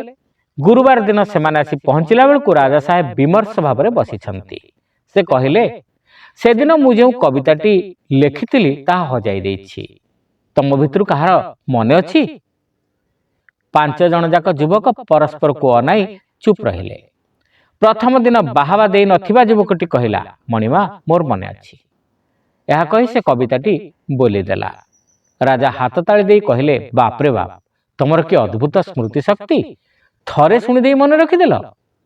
ଯୁବକ କହିଲା, ମଣିମା, ମୋର ଏଭଳି ପ୍ରଶଂସା ପ୍ରାପ୍ୟ ନୁହେଁ। କାହିଁକି? ରାଜା ପ୍ରଶ୍ନ କଲେ। ଯଦି ମୋତେ କ୍ଷମା କରିବେ ତେବେ ଯାଇ କହିବି। କବିତାଟି ଆପଣଙ୍କର ଲେଖା ନୁହେଁ। କାରଣ ଯେତେବେଳେ ମୁଁ ଶିଶୁ ସେତେବେଳେ ଏଇ କବିତାଟିକୁ ମୋ ଜେଜେମା ମୋତେ ଶୁଣାଇଥିଲେ ଓ ସେ ତାଙ୍କ ବୋଉଙ୍କ ଠାରୁ ଶିଖିଥିଲେ ବୋଲି କହିଥିଲେ। ଯୁବକ କହିଲା। ରାଜା ସାହେବ ହସିଲେ ଓ କହିଲେ, ତମେ ଯେ ଶିଶୁ ଅବସ୍ଥାରେ ଏହା ଶୁଣି ଆଜି ଯାଏ ମନେ ରଖିପାରିଛ, ଏହା କ'ଣ ତମର ସ୍ମୃତି ଶକ୍ତିର ପରିଚୟ ଦେଉନାହିଁ? ମୁଁ କାହାରିଠାରେ ଏଇ 3ଟି ଗୁଣ ଦେଖିବାକୁ ଚାହୁଁଥିଲି, ସୌଜନ୍ୟ, ସ୍ମୃତିଶକ୍ତି ଆଉ ସତ୍ୟବାଦିତା। ତମଠି ସେସବୁ ରହିଛି। ତମେ ହିଁ ମୋର ଶିକ୍ଷା ବିଭାଗର ଅଧ୍ୟକ୍ଷ ହେବାକୁ ଯୋଗ୍ୟ। ଅବାଧ୍ୟ ଗାଈ। ରମାବଲ୍ଲଭର ନାତୁଣୀଟିଏ ହୋଇଥାଏ। ଭାରି ଦରକାର ଗୋଟିଏ ଦୁଧିଆଳି ଗାଈ। କିନ୍ତୁ ଗାଁରେ, ଏପରିକି ନିକଟବର୍ତ୍ତୀ 2-3ଟି ଗାଁରେ ସେମିତି ସବଚ୍ଛ ଗାଈଟିଏ କିଣିବାକୁ ମିଳିଲା ନାହିଁ। ଅଗତ୍ୟା ରମାବଲ୍ଲଭ 6 କୋଶ ଦୂରବର୍ତ୍ତୀ ସାପ୍ତାହିକ ଗୋରୁହାଟକୁ ଗଲା। ସେ ଜଣେ ସାବଧାନିଆ ଗୃହସ୍ଥ। ବହୁତ ଖୋଜାଖୋଜି ପରୀକ୍ଷା ନିରୀକ୍ଷା ପରେ ଯଥାସମ୍ଭବ ଦର ଦସ୍ତୁର କରି ସେ ଗାଈଟିଏ କିଣିଲା। ଭାରି ସୁଧାର, ଶାବକଟି ମଧ୍ୟ ମନୋରମ। ସେ ମୂଲ୍ୟବାନ ସଉଦା ସରିଲା ବେଳକୁ ବେଳ ରତରତ। ହାଟ ଭାଙ୍ଗିଗଲାଣି। ବିକ୍ରେତା ବାପୁଡ଼ା ଟଙ୍କା ଧରି ବାହୁଡ଼ି ଗଲାଣି। ରମାବଲ୍ଲଭ ସେତେବେଳକୁ ଯାଇ ତା ଗାଁ ଅଞ୍ଚଳରୁ କେହି ଆସିଛନ୍ତି କି ନାହିଁ ଜାଣିବାକୁ ହାଟ ବାହୁଡ଼ା ଲୋକଙ୍କ ଆଡ଼େ ଦୃଷ୍ଟିପାତ କଲେ, କିନ୍ତୁ ସେମିତି କେହି ତା ଆଖିରେ ପଡ଼ିଲେ ନାହିଁ। ଠିକ୍ ଅଛି, ସେ ଗାଈଟିକୁ ଧରି ଏକୁଟିଆ ଯିବାରେ ବା ଅସୁବିଧା କ'ଣ? କିନ୍ତୁ ଅସୁବିଧା ଦେଖାଦେଲା ଯଥାଶୀଘ୍ର। ଗାଈଟି ଅଚଳ ହୋଇ ଠିଆ ହୋଇ ରହିଲା। ଯେତେ ଟଣା ଅଟରା କଲେ ମଧ୍ୟ ପାଦେ ଚାଲିଲା ନାହିଁ। ବହୁ କଷ୍ଟରେ ଯଦି ପାଦେ ଚାଲିଲା ପୁଣି ଠିଆ ହୋଇ ରହିଲା। ରମାବଲ୍ଲଭ ତାକୁ ପଛରୁ ଠେଲିଲା। ଫଳ ହେଲା ସେଇ 2 ପାଦ। ଆରେ ମା, ତୁ ଆଗ ଖାଉନ୍ଦ ଅପେକ୍ଷା ମୁଁ ତୋତେ ଭଲରେ ରଖିବି, ବହୁତ ଆଦର କରିବି। ରମାବଲ୍ଲଭ ଗାଈକୁ ବୁଝାଇବାକୁ ଚେଷ୍ଟା କଲା। ଫଳ ହେଲା ନାହିଁ। ସେତିକିବେଳେ ସେମିତି ଅସହାୟ ସେ କେବେ ଅନୁଭବ କରିନଥିଲା। କାହିଁକି ଗାଈ କିଣିବାକୁ ସେ ଏତେ ବାଟ ଆସିଲା? ଏଭଳି ସମସ୍ୟା ଦେଖା ଦେଇପାରେ ବୋଲି କେମିତି ତା ମୁଣ୍ଡକୁ ଜୁଟି ନଥିଲା କି କେହି ତାକୁ କହିନଥିଲେ। ସେ କାନ୍ଦ କାନ୍ଦ ହୋଇଗଲା। ସେ ଆସି ଗୋସାପଟାଏ ହେଲାଣି, ଆଉ କ'ଣ ବଳ ଅଛି ଗାଈକୁ ସାରା ରାତି ଟାଣୁଥିବ? ବାବୁ, ଗାଈଟିକୁ ଘରକୁ ନେଇଯିବାକୁ ଚାହଁ ତ? ପଚାରିଲେ ଜଣେ ପଥଚାରୀ। ସାଧୁ ଭଳି ଦିଶୁଥିଲେ। ଆଉ କ'ଣ? ଅଧା ବିରକ୍ତି ଓ ଅଧା ଆଶାରେ ଉତ୍ତର ଦେଲା ରମାବଲ୍ଲଭ। ଖୁବ୍ ସହଜରେ ନେଇଯାଇ ହେବ, କହି ସାଧୁ ବାଛୁରୀଟିକୁ କୋଳ କରି ଆଗରେ ଚାଲିବାକୁ ଲାଗିଲେ। ତତ୍କ୍ଷଣାତ୍ ଥରେ ହମ୍ବାରଡ଼ି ଛାଡ଼ି ଗାଈ ତାଙ୍କୁ ଅନୁସରଣ କଲା। କିଛି ସମୟ ଉତ୍ତର ସାଧୁ ବାଛୁରୀଟିକୁ ରମାବଲ୍ଲଭକୁ ଧରାଇ ଦେଇ ହସି ହସି ବିଦାୟ ନେଲେ। ରମାବଲ୍ଲଭ ଯଥା ସମୟରେ ଘରେ ପହଞ୍ଚିଲା। ବେଳେବେଳେ ଉପସ୍ଥିତ ବୁଦ୍ଧି ନଥିଲେ ମଣିଷ ଏମିତି ହଇରାଣ ହୁଏ। ଗପଟି ଆପଣଙ୍କୁ କେମିତି ଲାଗିଲା କମେଣ୍ଟ କରି ଜଣାଇବେ। ଆମର ଚ୍ୟାନେଲରେ ନୂଆ ହୋଇଥିଲେ ସବସ୍କ୍ରାଇବ୍ କରିବାକୁ ଭୁଲିବେ ନାହିଁ। ରହିଲୁ, ନମସ୍କାର। ଦୁନିଆରେ ଯଦି ସବୁଠାରୁ କଠିନ କାର୍ଯ୍ୟ କିଛି ଥାଏ ତାହା ହେଉଛି ପିଲାଙ୍କୁ ମଣିଷ କରିବା। କାରଣ ପିଲାମାନେ ହେଉଛନ୍ତି ଛୋଟ ଏକବାର ନରମ ମାଟି ପିତୁଳା ଭଳି। ତାଙ୍କୁ ଯେମିତି ରୂପ ଦେବା, ଯେମିତି ଆକାର ଦେବା, ସେମାନେ ଠିକ୍ ସେମିତି ଗଢ଼ି ହେବେ। ପିଲାଙ୍କ ସହିତ ଆମେ ଯେମିତି ଆଚରଣ କରିବା ତାଙ୍କ ଉପରେ ସେମିତି ପ୍ରଭାବ ପଡ଼ିବ। ଆମେ ଯଦି ତାଙ୍କ ପ୍ରତି ମନରେ କୌଣସି କପଟ ଭାବ ରଖିବା, ମନରେ କୌଣସି ଦ୍ୱେଷ ଭାବ ରଖିବା, ପିଲା ମଧ୍ୟ ଅନୁରୂପ ଆଚରଣ ଆମକୁ ସେ ତା'ର ପ୍ରତିଫଳନ ଆମେ ତାଙ୍କଠି ଦେଖିବାକୁ ପାଇବା। ଶୁଣିବା ଗପଟିଏ। ବିନୋଦ ବାବୁ ଜଣେ ଭଲ ଲୋକ। ଗାଁରେ ତାଙ୍କର ଖୁବ୍ ପ୍ରତିପତ୍ତି ଥିଲା। ତା ଛଡ଼ା ସେ ଅତି ନୀତିବାନ ଲୋକ ଥିଲେ। ଅନ୍ୟାୟ ଅନୀତି କରୁନଥିଲେ କି ଅନ୍ୟାୟ ଅନୀତି ମଧ୍ୟ ପ୍ରଶ୍ରୟ ଦେଉନଥିଲେ। ବିନୋଦ ବାବୁ ଚାହୁଁଥିଲେ ତାଙ୍କ ପୁଅ ରାଜୁ ଠିକ୍ ତାଙ୍କରି ଭଳି ହେଉ। ସବୁବେଳେ ପାଇଁ ନୀତି, ଆଦର୍ଶ, ଧର୍ମ ଏଇ ବାଟରେ ସେ ଚାଲୁ। ତେଣୁ ତାକୁ ପିଲାଟି ଦିନରୁ ସେ ସେମିତି ଗଢ଼ିବାକୁ ଇଚ୍ଛା କରିଥିଲେ। ରାଜୁ ଯେମିତି ଖରାପ ବାଟରେ ନ ଯିବ, ଖରାପ ସାଙ୍ଗମାନଙ୍କ ସହିତ ସାଙ୍ଗ ନ ହେବ, ସେଥିପାଇଁ ସେ ସବୁବେଳେ ଚେଷ୍ଟା କରୁଥିଲେ। ଯଦିଓ ରାଜୁ ଭଲ ପିଲା ଥିଲା, ତଥାପି ବିନୋଦଙ୍କର ଡର ହେଉଥିଲା କାଳେ ରାଜୁ ବାଟ ହୁଡ଼ିଯିବନି ତ। ସେଥିପାଇଁ ସେ କ'ଣ କଲେ ନା, ରାଜୁ ପଛରେ ଗୋଟେ ଲୋକ ଲଗାଇଦେଲେ, ଯିଏକି ରାଜୁ ଉପରେ 24 ଘଣ୍ଟା ନଜର ରଖିବ। ରାଜୁ ସ୍କୁଲକୁ ଗଲା, କେଉଁଠି ଖେଳିଲା, କାହା ସହିତ ମିଶିଲା, ସବୁ କଥାରେ ସେ ରାଜୁ ଉପରେ ନଜର ରଖୁଥିଲା। ଦିନେ କ'ଣ ହୋଇଛି ନା, ରାଜୁ ସ୍କୁଲରୁ ଫେରିବା ବାଟରେ ପଡ଼ିଶା ରାମବାବୁଙ୍କ ବଗିଚାରେ ଦେଖିଲା ଖୁବ୍ ବଢ଼ିଆ ପାଚିଲା ଆମ୍ବ ସବୁ ହେଇଛି। ରାଜୁର ଲୋଭ ସମ୍ଭାଳି ପାରିଲାନି। ସେ ବଗିଚା ଭିତରେ ପଶିଲା ଏବଂ ପଶି କିଛି ଆମ୍ବ ତୋଳି ଖାଇଲା। ମାତ୍ର ଏହା ଚୋରି ଥିଲା। ସେ ଲୋକଟି ଏସବୁ ଦେଖିଲା। ରାଜୁ ଆମ୍ବ ଚୋରି କରି ଖାଇଲେ ମଧ୍ୟ ନିଜର ବାପାଙ୍କ ଆଗରେ କହିନଥିଲା। ଏହାପରେ ବିନୋଦ ବାବୁଙ୍କୁ ଯାଇ ସେ ଲୋକଟି କହିଲା ଯେ ଆଜି ଆପଣଙ୍କ ପୁଅ ଆମ୍ବ ଚୋରି କରି ଖାଇଛି। ବିନୋଦ ବାବୁ ମନ ଦୁଃଖ କଲେ, କିନ୍ତୁ ଆଶା କରିଥିଲେ ରାଜୁ ତାଙ୍କୁ କହିବ। ମାତ୍ର ସନ୍ଧ୍ୟା ହେଲେ ମଧ୍ୟ ରାଜୁ ତାଙ୍କୁ ସେ ବିଷୟରେ କିଛି ବି କହିଲା ନାହିଁ। ଏହାପରେ ବିନୋଦ ବାବୁଙ୍କର ଭାରି ଦୁଃଖ ହେଲା। ସେ ଜାଣିଲେ ଯେ ରାଜୁ ତାଙ୍କ ହାତରୁ, ତାଙ୍କ ପାଖରୁ ଧୀରେ ଧୀରେ ଦୂରେଇ ଯାଉଛି। ତାଙ୍କର ଏଇଭଳି ଭାବନା ହେଲା, କାହିଁକିନା ରାଜୁ ବହୁତ କଥା ଆଜି ଆମ୍ବ ଚୋରି କରି ଖାଇଲା, କାଲି ହୁଏତ ଆଉ କ'ଣ କରିପାରେ। ଏହି ପ୍ରସଙ୍ଗରେ ସେ ନିଜର ସାଙ୍ଗଙ୍କ ସହିତ ଟିକେ ପରାମର୍ଶ କଲେ। ସେ ତାକୁ ପଚାରିଲେ, ସବୁ ଘଟଣା ସେ କହିସାରିଲା ପରେ ତାକୁ ପଚାରିଲେ, ଏବେ ମୁଁ କ'ଣ କରିବି କହ। ମୁଁ ରାଜୁକୁ ଚାହେଁ ସେ ମୋରି ବାଟରେ ଆସୁ। ସାଙ୍ଗ ତାକୁ କହିଲେ, ତାଙ୍କର ବନ୍ଧୁ ତାଙ୍କୁ ପରାମର୍ଶ ଦେଲେ, କହିଲେ ଯେ ପ୍ରଥମେ ତୁ ହିଁ ଭୁଲ କରିଛୁ। ରାଜୁ ପଛରେ ଲୋକ ଲଗାଇ ତୁ ତା ପ୍ରତି କପଟ ଆଚରଣ କରିଛୁ, ଯାହାର ଫଳ ସେ ତାର ଆଚରଣରେ ଦେଖାଇଲା। ତୁ ଯଦି ରାଜୁ ପଛରେ ଲୋକ ନ ଲଗାଇଥାନ୍ତୁ ହୁଏତ ତୁ ଜାଣିପାରିନଥାନ୍ତୁ, ମାତ୍ର ବୋଧହୁଏ ତାର ପ୍ରଭାବ ରାଜୁ ଉପରେ ପଡ଼ିନଥାନ୍ତା। ଏକଥା ଜାଣିଲା ପରେ ବିନୋଦ ବାବୁ ଅନୁତାପ କଲେ। ଅନୁତାପ କରିଲା ପରେ ସେ ସ୍ଥିର କଲେ ସବୁ କଥା ରାଜୁକୁ କହିବେ। ତାପର ଦିନ ବିନୋଦ ବାବୁ ରାଜୁ ଆଗରେ ସବୁ କଥା କହିଲେ ଏବଂ ରାଜୁ ମଧ୍ୟ ସଙ୍ଗେ ସଙ୍ଗେ କାନ୍ଦି କାନ୍ଦି ନିଜର ଦୋଷ ସ୍ୱୀକାର କଲା। ଏ କଥାଟି ଆପଣଙ୍କୁ କେମିତି ଲାଗିଲା କମେଣ୍ଟ କରି ନିଶ୍ଚିତ ଜଣାଇବେ। ଆପଣ ଯଦି ଆମର ଚ୍ୟାନେଲରେ ନୂଆ ତେବେ ସବସ୍କ୍ରାଇବ୍ କରିବାକୁ ଭୁଲିବେ ନାହିଁ। ରହିଲୁ, ନମସ୍କାର। ମଣିଷର ଗୁଣ ତା ଭିତରେ ରହିଥିବା ଭଲ। ଗୁଣ ଯଦି କାହାକୁ ବାହାରେ ଦେଖା ନଗଲା ତାହା ମୋଟେ ବଡ଼ କଥା ନୁହେଁ। ଗପଟିଏ ଭିତର ବାହାର। ସାଧାରଣ ଆଖିରେ ଜୟପାଳ ଅସୁନ୍ଦର ଦିଶୁଥାଏ। ତାର ସଦ୍ବୁଦ୍ଧି, ତାର ସେବା ପରାୟଣତା ଇତ୍ୟାଦି ଗୁଣକୁ ସମସ୍ତେ ପ୍ରଶଂସା କରୁଥିଲେ, କିନ୍ତୁ ତାର ସହପାଠୀମାନେ ତା ମୁହଁର ବେଢଙ୍ଗିଆ ଗଠନ ଯୋଗୁଁ ତା ସହିତ ମିତ୍ରତା କରିବାକୁ ମନ ବଳାଉ ନଥିଲେ। କେହି କେହି ତାକୁ ବିଦ୍ରୂପ ବି କରୁଥିଲେ। ଅଧିକାଂଶ ବେଳେ ଜୟପାଳ ମୁହଁ ମାରି ରହୁଥାଏ। ଶିକ୍ଷକ ମହୋଦୟ ଛାତ୍ରମାନଙ୍କୁ କହୁଥାନ୍ତି, ଦେଖ ପିଲାଏ, ପ୍ରତ୍ୟେକ ରୂପର ନିଜସ୍ୱ ସୌନ୍ଦର୍ଯ୍ୟ ଅଛି, ତାର ନିଜସ୍ୱ ସଂହତି ଅଛି। ଆମମାନଙ୍କର ଦୃଷ୍ଟି ପରିଚ୍ଛନ୍ନ ନୁହେଁ ବୋଲି ଆମେ ତାକୁ ବୁଝିପାରୁନେ।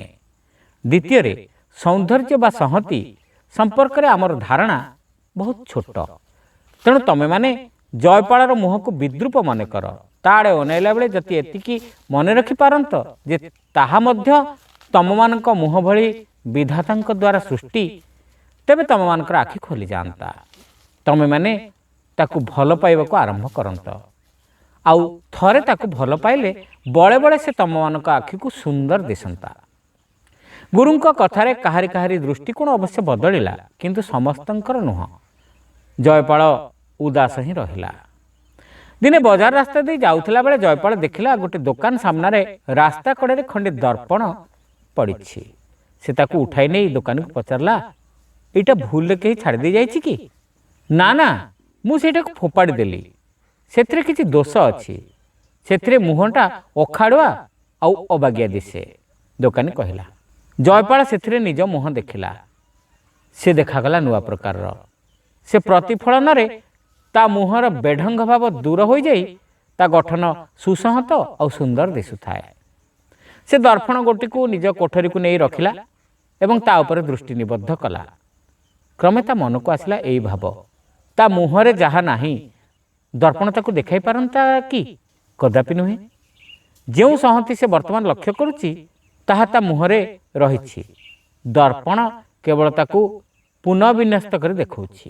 ଆଉ ଯାହା ତାର ରହିଛି ବାହାରକୁ ତାହା ନାହିଁ ବୋଲି ମନେ ହେଲେ କିମ୍ବା ତାହା ଭିନ୍ନ ଦେଖାଗଲା ବୋଲି ସେ ଚିନ୍ତା କରିବ କାହିଁକି? ଏହି ପ୍ରଶ୍ନଟି ଉପରେ ସେ ଯେତିକି ଧ୍ୟାନ ଦେଲା ସେତିକି ମାତ୍ରାରେ ତାର ହୃଦବୋଧ ହେଲା ଯେ ଚେହେରା ପ୍ରତି ଯାହା ପ୍ରଯୁଜ୍ୟ, ଗୁଣ ପ୍ରତି ମଧ୍ୟ ତାହା ପ୍ରଯୁଜ୍ୟ। ଗୁଣ ଭିତରେ ରହିବା ବଡ଼ କଥା। ବାହାରକୁ ଦେଖାଗଲା କି ନାହିଁ ତାହା ମୋଟେ ବଡ଼ କଥା ନୁହେଁ। ନିଜ ପ୍ରତି ତାର ମନୋଭାବ ବଦଳିଗଲା। ଜୀବନ ପ୍ରତି ତାର ଦୃଷ୍ଟିକୋଣ ବଦଳିଗଲା। ନିଜ ଭିତରେ ତାର ବିକଶିତ ହେଲା ଦୃଢ଼ ଆତ୍ମବିଶ୍ୱାସ। ବଳେ ବେଳେ ଅନ୍ୟମାନେ ମଧ୍ୟ ତାର ଚେହେରାର ଅସଂହତି କଥା ପାଶୋରି ଦେଇ ତା ପ୍ରତି ଶ୍ରଦ୍ଧାପୂର୍ଣ୍ଣ ଆଚରଣ କରିବାକୁ ଆରମ୍ଭ କରିଦେଇଥିଲେ। ସେ ବିଷୟରେ ସଚେତନ ନଥିଲା। ଶ୍ରୋତା ବନ୍ଧୁ, ଗପଟି କେମିତି ଲାଗିଲା ଆପଣମାନେ କମେଣ୍ଟ କରି ନିଶ୍ଚିତ ଜଣାନ୍ତୁ। ହୋଷ୍ଟରେ ଆପଣମାନେ ଯଦି ନୂଆ, ଏହାକୁ ସବସ୍କ୍ରାଇବ୍ କରିବାକୁ ଭୁଲିବେ ନାହିଁ। ରହିଲୁ, ନମସ୍କାର। ସ୍ୱଧର୍ମ କହିଲେ ଧର୍ମ ନୁହେଁ। ହିନ୍ଦୁ, ମୁସଲମାନ, ଖ୍ରୀଷ୍ଟିଆନ ଏସବୁ କିଛି ନୁହେଁ। ସ୍ୱଧର୍ମ ହେଲା ମଣିଷ ଯାହା କରେ, ଯାହା ତାର କରଣୀୟ ଏବଂ ଯାହା ସେ କରୁଛି। ମଣିଷ ଯେତେବେଳେ ନିଜର କରୁଥିବା କର୍ମକୁ ଭୁଲି ଅକର୍ମରେ ହାତ ଦିଏ ସେତେବେଳେ ତାର ପରିଣତି ଭୟାବହ ହୁଏ। ଶୁଣିବା ଗପଟିଏ। ଜଗାଦାସ ଜଙ୍ଗଲରୁ କାଠ ସଂଗ୍ରହ କରେ। ତାକୁ ବଜାରରେ ବିକି ଯେଉଁ ପଇସା ପାଏ ସେଇଥିରେ ହିଁ ତାର ପରିବାର ପ୍ରତିପୋଷଣ କରେ। ଲୋକେ କହନ୍ତି ବିଚରା ଜଗା। ଥରେ କ୍ରମାଗତ ଭାବରେ ବର୍ଷା ହେଲା 7 ଦିନ ଧରି। ଜଗାର ସାମାନ୍ୟ ସଞ୍ଚୟ ବି ସରିଗଲା। ସେ ଶୁଖିଲା କାଠ କେଉଁଠାରୁ ପାଇବ ଆଉ ତାକୁ ବିକିକିରି ଚାଉଳ ଆଣିବ? 3 ଦିନ ଧରି ତାର ପରିବାର ଉପବାସରେ ରହିଲେ। ଚତୁର୍ଥ ଦିନ ରାତି ଅଧରେ ଜଗାର ମୁଣ୍ଡକୁ ଆସିଲା ଗୋଟେ ଅଭିନବ ଧାରଣା। କହିଲା, ଗାଁ ମୁଣ୍ଡରେ ମନ୍ଦିର, ଦିଅଁଙ୍କର ମୂର୍ତ୍ତିଟା ବେଶ ବଡ଼ ଆଉ କାଠରେ ତିଆରି। ତାକୁ କଟାକଟି କଲେ ବେଶ ଗୋଛାଏ ଜାଳେଣୀ କାଠ ହେବ, କେହି ଜାଣିବେ ନାହିଁ ସେ କାଠ କାହୁଁ ଆସିଲା। ଜଗା ତାର କୁରାଢ଼ୀଟି ଧରି ବାହାରି ପଡ଼ିଲା। ଝିପି ଝିପି ବର୍ଷା ହେଉଥାଏ। ସେ ଯାଇ ମନ୍ଦିରର ଦ୍ୱାରକୁ ଠେଲିଦେଲା। ପୁରୋହିତ ଭଲ ଭାବରେ ଦ୍ୱାର ବନ୍ଦ କରିନଥିଲେ। ଭିତରେ ପ୍ରଦୀପଟିଏ ଜଳୁଛି। ହଁ, ମୂର୍ତ୍ତିଟା ବେଶ୍ ନିଦା ମନେ ହେଉଛି। ତା ଦେହରୁ ବହୁତ ଗୁଡ଼େ ଜାଳେଣୀ କାଠ ବାହାରିବ। ତେବେ ସେ ଓଜନଦାର ମୂର୍ତ୍ତିକୁ 2-4 ଗଡ଼ ନ କଲେ ବେଦୀରୁ ତଳକୁ ଆଣିବା ବି ସହଜ ନୁହେଁ। ଜଗା କୁରାଢ଼ୀ ଉଞ୍ଚେଇଲା। ରହିଯା ବାବୁ, ରହିଯା। ସେ ଶୁଣିଲା ଗୋଟେ ନିର୍ଦ୍ଦେଶ। ସେ ରହିଗଲା। କୁରାଢ଼ୀ ତଳକୁ ଆଣିଲା। ତୋର କ'ଣ ଲୋଡ଼ା? ପଇସା? ବେଶ, ସକାଳେ ସୂର୍ଯ୍ୟୋଦୟ ବେଳେ ନଈରେ ବୁଡ଼ ଦେବୁ, ଡାହାଣ ହାତକୁ ମୁଠା କରି, ତାପରେ ହାତ ଖୋଲି ଦେଖିବୁ, ଯା। ସେ ସ୍ୱର ମନ୍ଦିର ଭିତରେ ଯେମିତି ଊର୍ଦ୍ଧ୍ୱକୁ ଉଠି ବିଲୀନ ହୋଇଗଲା। ଜଗା ଚୁପଚାପ ସେ ସ୍ୱରକୁ ଶୁଣି କ'ଣ ଭାବି ଘରକୁ ଲେଉଟି ଆସିଲା। ଭୋରୁ ନଈକୂଳକୁ ଯାଇ ଅପେକ୍ଷା କଲା। ଯେମିତି ସୂର୍ଯ୍ୟୋଦୟ ହେଲା ସେମିତି ପାଣିରେ ପଶିଲା। ହାତ ମୁଠା କରି ପାଣି ଭିତରେ ଡୁବ ଦେଲା। ଉଠି ଦେଖିଲା ବେଳକୁ ତା ହାତରେ ଚେକାଏ ସୁନା। ସେ ଘରକୁ ଫେରି ଲୁଗାପଟା ବଦଳାଇ 3 କୋଶ ଦୂର ହାଟକୁ ଗଲା। ସେଠାରୁ ସେ ସୁନାକୁ ବିକି ତା ଘରର ନିତ୍ୟ ବ୍ୟବହାର୍ଯ୍ୟ ଜିନିଷ, ଡାଲି, ଚାଉଳ ଏସବୁ ନେଇ ଗୋଟେ ଶଗଡ଼ ଭଡ଼ା କରି ଚାଲି ଆସିଲା। ପରଦିନ ବି ସେ ସେମିତି ରୀତିରେ ଡୁବ ଦେଲା। ପାଇଲା ଆଉ ଖଣ୍ଡେ ସୁନା। କେଇଦିନ ଭିତରେ ଜଗାର କୋଠା ତିଆରି ଆରମ୍ଭ ହୋଇଗଲା। ଘରେ ତାର ଚାକର ବାକର ବି ଖଟିଲେ। ଲୋକେ ଆଉ ତାକୁ ବିଚରା ଜଗା ବୋଲି କହିଲେ ନାହିଁ। ଏଣିକି କହିଲେ ଜଗୁ ବାବୁ, ନହେଲେ ଜଗନ୍ନାଥଜୀ। ଜଗା ଘରକୁ ଲାଗି ଆଉ ଜଣେ ଗରିବ ଶିକ୍ଷକଙ୍କର କୁଡ଼ିଆ। ଶିକ୍ଷକ ସଂସ୍କୃତ ପଢ଼ାଉଥିଲେ, କିନ୍ତୁ କେତେକ କାରଣରୁ ବିଦ୍ୟାଳୟ ବନ୍ଦ ହୋଇଗଲା। ବେକାର ପଣ୍ଡିତଟାକୁ ବା ଅନ୍ୟ କେଉଁ ଧନ୍ଦାରୁ ପଇସା ପତ୍ର ମିଳିବ, ବା ତାଙ୍କୁ କିଏ କାମ ବି ଦେବ? ଦିନେ ଜଗାର ସ୍ତ୍ରୀଠୁ ପଣ୍ଡିତଙ୍କର ପତ୍ନୀ ସେମାନଙ୍କର ବିପୁଳ ସମୃଦ୍ଧିର ରହସ୍ୟଟି ଜାଣିନେଲେ। ଭଦ୍ରମହିଳା ନିଜର ଖଣ୍ଡିଏ ରୂପା ଗହଣା ବନ୍ଧକ ଦେଇ କୁରାଢ଼ୀଟିଏ କିଣିଲେ ଗୋପନରେ। ସେଦିନ ରାତିରେ ସେ ପଣ୍ଡିତଙ୍କୁ ନିର୍ଦ୍ଦେଶ ଦେଲେ, ଯାଅ ମନ୍ଦିରକୁ। ମାନେ? ପଣ୍ଡିତ ପଚାରିଲେ। ପତିଙ୍କ ପ୍ରଶ୍ନର ଉତ୍ତର ସବିଶେଷରେ ବୁଝାଇ ଦେଲେ ବୁଦ୍ଧିମତୀ ପତ୍ନୀ। ଥରେ ଦିଅଁ ମୃଦୁ ମୃଦୁ ପ୍ରଦୀପ ଆଲୁଅରେ ବିକଟାଳ କୁରାଢ଼ୀ ଉଦ୍ୟତ ହେବାର ଦେଖିଲେ ଛାନିଆରେ ବରଦେଇ ପକାଇବେ। ସେମାନେ ବି କୋଠା ବନାଇ ସୁଖରେ କାଳାତିପାତ କରିପାରିବେ। ନା ନା, ମୋ ଦେଇ ଏ କାମ ହେବ ନାହିଁ, କହିଲେ ପଣ୍ଡିତେ। ପତ୍ନୀଙ୍କର ପ୍ରତିକ୍ରିୟାର ବିବରଣୀ ନ ଦେବା ଭଲ। କାରଣ ସ୍ତ୍ରୀଙ୍କ ଆଗରେ ସବୁ ସ୍ୱାମୀ ସବୁବେଳେ ଅସହାୟ। ଅଗତ୍ୟା କୁରାଢ଼ୀଟି ଧରି ପଣ୍ଡିତେ ପକ୍ଷିଆଟିଏ ଘୋଡ଼େଇ ହୋଇ ମନ୍ଦିର ସାମ୍ନାରେ ପହଞ୍ଚିଗଲେ। ଦ୍ୱାର ସାମାନ୍ୟ ଚାପରେ ଖୋଲିଗଲା। କୁରାଢ଼ୀ ଧରି ସେ ଯାଇ ଦିଅଁଙ୍କ ଆଗରେ ଠିଆ ହେଲେ। ହାତ ଥରୁଥାଏ। ତଥାପି ଯେତେବେଳେ ସେ ଅଭିଯାନ ଆରମ୍ଭ କରି ଏତେ ବାଟ ଆସିଲେଣି, କୁରାଢ଼ୀଟି ଦିଅଁଙ୍କ ଉପରକୁ ନ ପକାଇବେ କିଆଁ? ସେତିକି କଲେ ତ ଫଳ ମିଳିଯିବ। କିନ୍ତୁ କୁରାଢ଼ୀ ଉଠାଇବାକୁ ତାଙ୍କ ହାତ ଚଳୁନାହିଁ ଯେ। ସେ ସବୁ ଶକ୍ତି ଠୁଳ କରି କୁରାଢ଼ୀ ଉଠାଇବାକୁ ଉଦ୍ୟତ ହେଉଛନ୍ତି। ସତେଅବା ଶୁଣିଲେ ଦିଅଁଙ୍କର ସ୍ୱର, ଗମ୍ଭୀର ସ୍ୱର। ଉଠା, କିନ୍ତୁ ଖାଲି ଉଠାଇ ରହିଗଲେ ହେବ ନାହିଁ। କୁରାଢ଼ୀର ଚୋଟ ବି ପକାଇବାକୁ ହେବ ତତେ। ବସା। ପଣ୍ଡିତେ ଭାବିଲେ, ସେ କେମିତି ବସାଇବେ ଠାକୁରଙ୍କ ଉପରେ କୁରାଢ଼ୀର ଚୋଟ? ପ୍ରଶ୍ନଟି ପଣ୍ଡିତଙ୍କ ମୁଣ୍ଡରେ ଏମିତି ଉତ୍ପାତ କଲା ଯେ ପଣ୍ଡିତେ ଚେତା ହରାଇ ତଳେ ପଡ଼ିଗଲେ। ସେହି ଚେତାଶୂନ୍ୟ ଅବସ୍ଥାରେ ସେ ଶୁଣିପାରିଲେ ଦିଅଁଙ୍କର ସ୍ୱର। ଅବଶ୍ୟ ଦିଅଁଙ୍କ ସ୍ୱରରେ ନଥିଲା କ୍ରୋଧ, ଥିଲା ଖାଲି ଉଦାସ ଆଉ ଗାମ୍ଭୀର୍ଯ୍ୟ। ଜଗା କାମଟି କରିପାରିଥାନ୍ତା, ସେ ସେଡ଼ିକି ମୂଢ଼ ଆଉ ଅଜ୍ଞାନ। ମାତ୍ର ତୁ କ'ଣ କରିପାରିଥାନ୍ତୁ? ଦୈବୀ ବାଣୀ ଶୁଣି ତାର କୌଣସି ଭାବାନ୍ତର ହେଲା ନାହିଁ। ତା ପାଇଁ ଦିଅଁଙ୍କ ମୂର୍ତ୍ତି କାଠ ଖଣ୍ଡେ। ହେଲେ ତୋ ପାଇଁ କ'ଣ ଦିଅଁଙ୍କ ମୂର୍ତ୍ତି କାଠ ଖଣ୍ଡେ? ସେ କୁରାଢ଼ୀ ଚୋଟ ବସାଇବା ବଦଳରେ ସୁନା ପାଇ ଖୁସି ଅଛି। ଆପାତତଃ ପରିଣତି କ'ଣ ହେବ ସେଇଟା ଭିନ୍ନ କଥା। କିନ୍ତୁ ତୁ କ'ଣ ଦିଅଁଙ୍କ ଉପରେ ଚୋଟ ଦେଇ ସୁନା ପାଇ ଖୁସି ରହିପାରିଥାନ୍ତୁ? ସ୍ୱଧର୍ମରେ ନିଧନ ଶ୍ରେୟ, ଆଉ ପରଧର୍ମ ଭୟାବହ ବୋଲି ତୁ ତୋର ଶିଷ୍ୟମାନଙ୍କୁ, ତୋର ଛାତ୍ରମାନଙ୍କୁ କେତେ ଥର କହିଛୁ। ତୋ ନିଜର ସ୍ୱଧର୍ମ କ'ଣ ଏଇଆ ବୋଲି ତୋର ଧାରଣା? ଯା, ଯେମିତି ଗରିବ ହୋଇ ବଞ୍ଚିଛୁ ସେମିତି ଥାଇ ସ୍ୱାଭାବିକ ଭାବରେ ନିଜର ଗରିବୀର ପ୍ରତିକାର ପାଇଁ ଚେଷ୍ଟା କରୁଥା। ସେଇ ରାସ୍ତାରେ ହିଁ ତୋର ହେବ ପ୍ରଗତି। ଚେତା ଫେରିବା ପରେ ପଣ୍ଡିତେ ଦିଅଙ୍କୁ ପ୍ରଣାମ କରି ଅଶ୍ରୁମୋଚନ କରି ଘରକୁ ଫେରିଆସିଲେ। ଆପଣମାନଙ୍କୁ ଏ ଗପଟି କେମିତି ଲାଗିଲା କମେଣ୍ଟ କରି ନିଶ୍ଚିତ ଜଣାଇବେ। ଆମର ଚ୍ୟାନେଲରେ ନୂଆ ହୋଇଥିଲେ ସବସ୍କ୍ରାଇବ୍ କରିବାକୁ ଭୁଲିବେ ନାହିଁ। ପୁଣି ଆଉ ଏକ ଗପ ପରବର୍ତ୍ତୀ ଅଧ୍ୟାୟରେ। ରହିଲୁ, ନମସ୍କାର। ବୁଦ୍ଧଦେବ ଯେତେବେଳେ ବୌଦ୍ଧତ୍ୱ ପ୍ରାପ୍ତ ହେଲେ ସେତେବେଳେ ସେ ତାଙ୍କର ବାଣୀ ପ୍ରଚାର କରିବା ଲାଗି ବିଭିନ୍ନ ଆଡ଼େ ବୁଲୁଥିଲେ। ମାତ୍ର ସେ ସମୟରେ କେତେକ ରକ୍ଷଣଶୀଳ ଲୋକମାନେ ତାଙ୍କର କଥା ଶୁଣିବାକୁ ଆଦୌ ପ୍ରସ୍ତୁତ ନଥିଲେ। ଏପରିକି ଥରେ ଥରେ ତାଙ୍କୁ ବେଶ୍ ରୂଢ଼ ଆଚରଣର ସମ୍ମୁଖୀନ ହେବାକୁ ପଡ଼ୁଥିଲା। ଶ୍ରୋତା ବନ୍ଧୁ, ଆଜି ଶୁଣିବା ବୁଦ୍ଧଙ୍କ ଚରିତ୍ରର ଏକ ଗଳ୍ପ, ଶେଷ ଇଚ୍ଛା। ଗ୍ରୀଷ୍ମ ଋତୁର ଦ୍ୱିପ୍ରହର। ବୁଦ୍ଧଙ୍କ ସାଥିରେ ଥାନ୍ତି ମାତ୍ର 4-5 ଜଣ ଅନୁଗତ। ସେମାନେ ପହଞ୍ଚିଲେ ଗୋଟିଏ ସମୃଦ୍ଧ ଜନପଦ ଭିତରେ। ବୁଦ୍ଧଙ୍କର ପ୍ରୟୋଜନ ଟିକିଏ ବିଶ୍ରାମ, କିନ୍ତୁ କୌଣସି ଗୃହସ୍ଥ ତାଙ୍କୁ ସ୍ୱାଗତ କଲେ ନାହିଁ। ସେ ଓ ଅନୁଗତମାନେ ଗାଁ ବାହାରେ ଏକ ଗଛ ତଳେ ବସି ପଡ଼ିଲେ। ବୁଦ୍ଧଙ୍କ ଦେହରୁ ଧାର ଧାର ଝାଳ ବହୁଥାଏ। ତାଙ୍କୁ ପଙ୍ଖା କରୁ କରୁ ଶିଷ୍ୟଟି କାନ୍ଦି ପକାଇଲା। କ'ଣ ହେଲା ବାବୁ? ପଚାରିଲେ ବୁଦ୍ଧ। ଏ ଜନପଦର ହତଭାଗ୍ୟ ଅଧିବାସୀମାନେ ଜାଣନ୍ତି ନାହିଁ ଯାହାକୁ ସେମାନେ ଟିକେ ଆଶ୍ରୟ ଦେବାକୁ ନାରାଜ ହେଲେ ସେ କିଏ। ସେମାନେ ଜାଣନ୍ତି ନାହିଁ କେତେ ବଡ଼ ସୌଭାଗ୍ୟରୁ ସେମାନେ ନିଜକୁ ବଞ୍ଚିତ କଲେ, କହିଲା ଶିଷ୍ୟ। ବୁଦ୍ଧ କିଛି ମନ୍ତବ୍ୟ ଦେଲେ ନାହିଁ। ଟିକିଏ ଅପେକ୍ଷା କରି ଶିଷ୍ୟ ପୁଣି କହିଲା, ହେ ମହାଭାଗ, ଆପଣ ରାଜପୁତ୍ର। ଜନସାଧାରଣଙ୍କର ହିତ ଲାଗି ଆପଣ ରାଜପ୍ରାସାଦ ପରିତ୍ୟାଗ କରିନଥିଲେ ଏତେବେଳେ ସୁଶୀତଳ ସରୋବର ମଧ୍ୟରେ ଆପଣଙ୍କ ପାଇଁ ଆପଣଙ୍କର ପିତୃଦେବ ନିର୍ମାଣ କରିଥିବା ଗ୍ରୀଷ୍ମ ନିବାସ ଭିତରେ ଆପଣ ବିଶ୍ରାମ କରୁଥାନ୍ତେ। ଆପଣଙ୍କର ସେବା କରୁଥାନ୍ତେ ଦାସଦାସୀ। ଏକଥା ଜାଣିବା ସଙ୍ଗେ ସଙ୍ଗେ ମୁଁ ଏହା ବି ଜାଣେ ଯେ ଆପଣଙ୍କର ଆଧ୍ୟାତ୍ମିକ ଶକ୍ତି ଅମାପ। ଆପଣ ମନ କଲେ ମଣିଷ ଚେତନାରୁ ସମସ୍ତ ଅଜ୍ଞାନ ଦୂର କରିଦେଇପାରିବେ।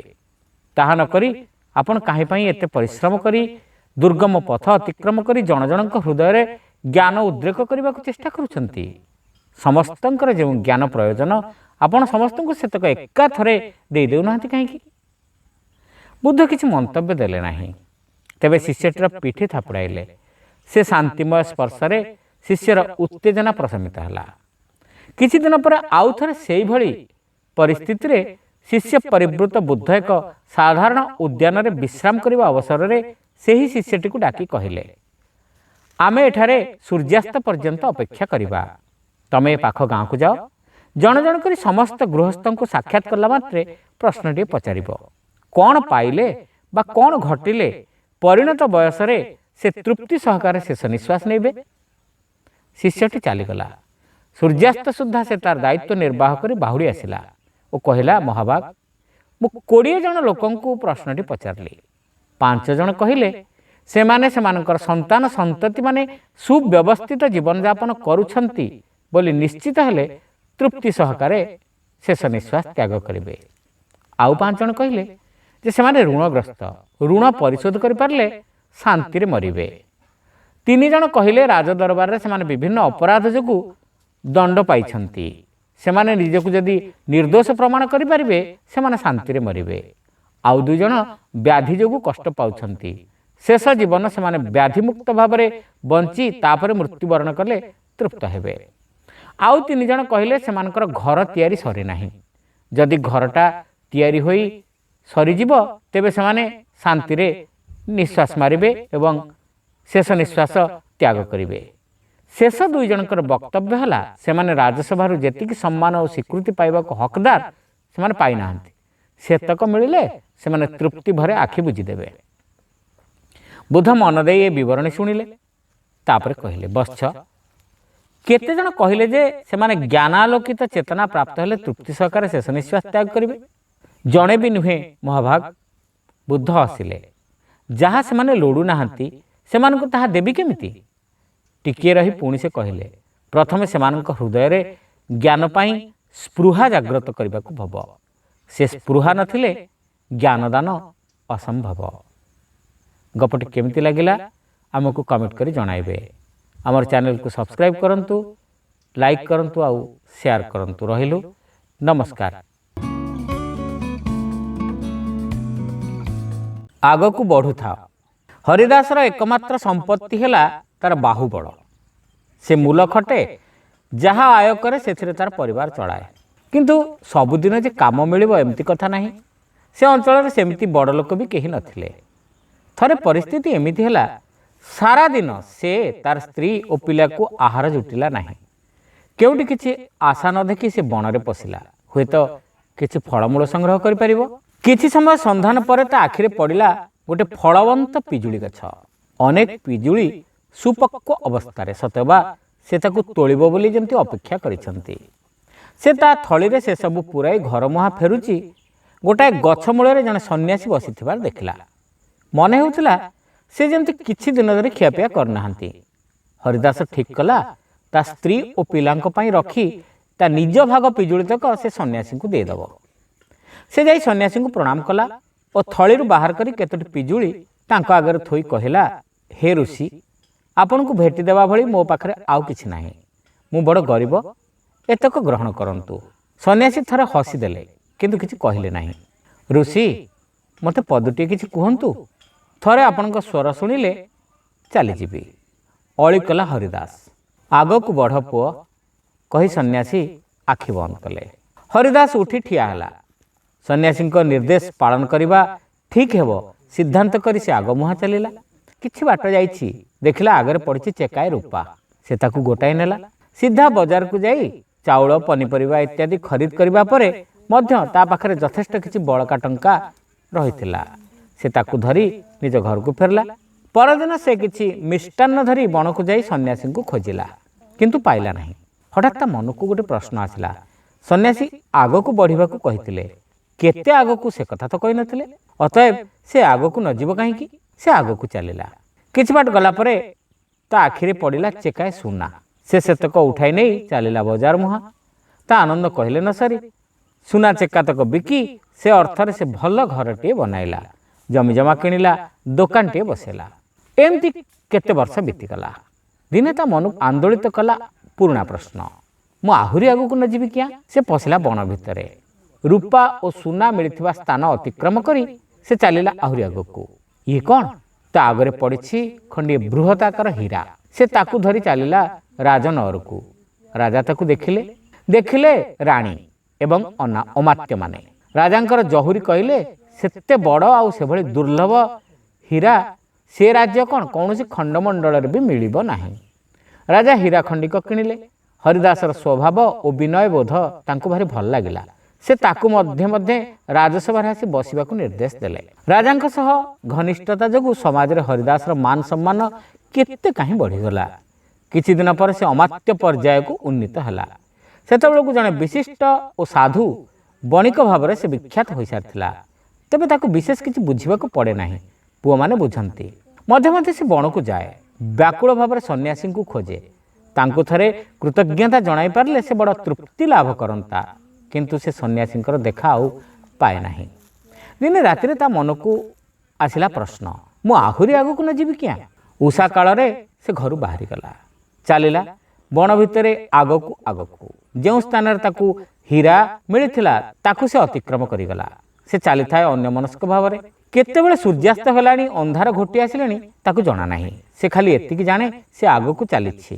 ଠାଏ ସେ ଝୁଣ୍ଟି ପଡ଼ିଲା। ସେତେବେଳକୁ ତାର ଚେତା ପଶିଲା, ଘୋର ବଣ ଭିତରେ ରାତି ହେଲାଣି। ତାକୁ କେଉଁଠି ହେଲେ ଆଶ୍ରୟ ନେବାକୁ ହେବ। ସେ ଚତୁର୍ଦିଗକୁ ଅନାଇଲା। କୌଣସି ଏକ ସ୍ଥାନରେ ଆଲୁଅ ମିଞ୍ଜି ମିଞ୍ଜି କରୁଛି। ସେ ସେଆଡ଼କୁ ଗଲା। କୁଟୀର ଭିତରେ ପ୍ରଦୀପଟିଏ ଜଳୁଛି। ବସିଛନ୍ତି ଜଣେ ସନ୍ନ୍ୟାସୀ। ହରିଦାସ ସତର୍କ ଭାବରେ ପଶିଲା। ଆଣ୍ଠୁମାଡ଼ି ବସି ଲକ୍ଷ୍ୟ କଲା, ଆରେ ଇଏ ତ ସେଇ ସନ୍ନ୍ୟାସୀ ଯାହାଙ୍କୁ 30 ବର୍ଷ ତଳେ ସେ ଜଙ୍ଗଲ ଭିତରେ ଦେଖିଥିଲା ଏବଂ ଯିଏ ତାକୁ ଆଗକୁ ବଢ଼ିବାକୁ ନିର୍ଦ୍ଦେଶ ଦେଇଥିଲେ। ସନ୍ନ୍ୟାସୀଙ୍କର କିଛି ବି ପରିବର୍ତ୍ତନ ହୋଇନଥିଲା। ହଠାତ୍ ତା ମୁଣ୍ଡକୁ ତଡ଼ିତ୍ ବେଗରେ ଆସିଲା ଏକ ପ୍ରଶ୍ନ। ସନ୍ନ୍ୟାସୀଙ୍କର ନିର୍ଦ୍ଦେଶ ମାନେ ସିଏ ସମୃଦ୍ଧ, କିନ୍ତୁ ସନ୍ନ୍ୟାସୀ ଯେମିତି ନିଃସ୍ୱ ସେମିତି ଅଛନ୍ତି। ସେ ଯଦି ତାଙ୍କ ନିର୍ଦ୍ଦେଶ ବଳରେ ଅନ୍ୟକୁ ଧନବାନ କରିଦେଇ ପାରିଲେ, ନିଜେ ତ ସେ ନିଜ ପାଇଁ ଆୟତ୍ତ କରିପାରିଥାନ୍ତେ ତାହା ସେ ନ କଲେ କାହିଁକି? ହରିଦାସ ଚିନ୍ତା କଲା। ମନେ ହେଲା ଯେମିତି ଉତ୍ତର ତା ଚେତନାରେ ଉଦ୍ଭାସିତ ହୋଇ ଆସୁଛି। ସନ୍ନ୍ୟାସୀ ଆଖି ଖୋଲିଲେ।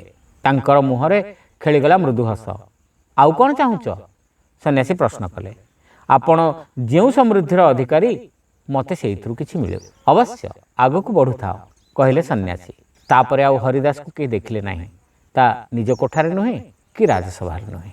ଗପଟି ଆପଣଙ୍କୁ କେମିତି ଲାଗିଲା କମେଣ୍ଟ କରି ନିଶ୍ଚିତ ଜଣାଇବେ। ଆମର ଚ୍ୟାନେଲରେ ଯଦି ନୂଆ ସବସ୍କ୍ରାଇବ୍ କରିବାକୁ ଭୁଲିବେ ନାହିଁ। ହୋଷ୍ଟକୁ ଭଲ ପାଉଥାନ୍ତୁ, ଗପ ଶୁଣୁଥାନ୍ତୁ। ନମସ୍କାର।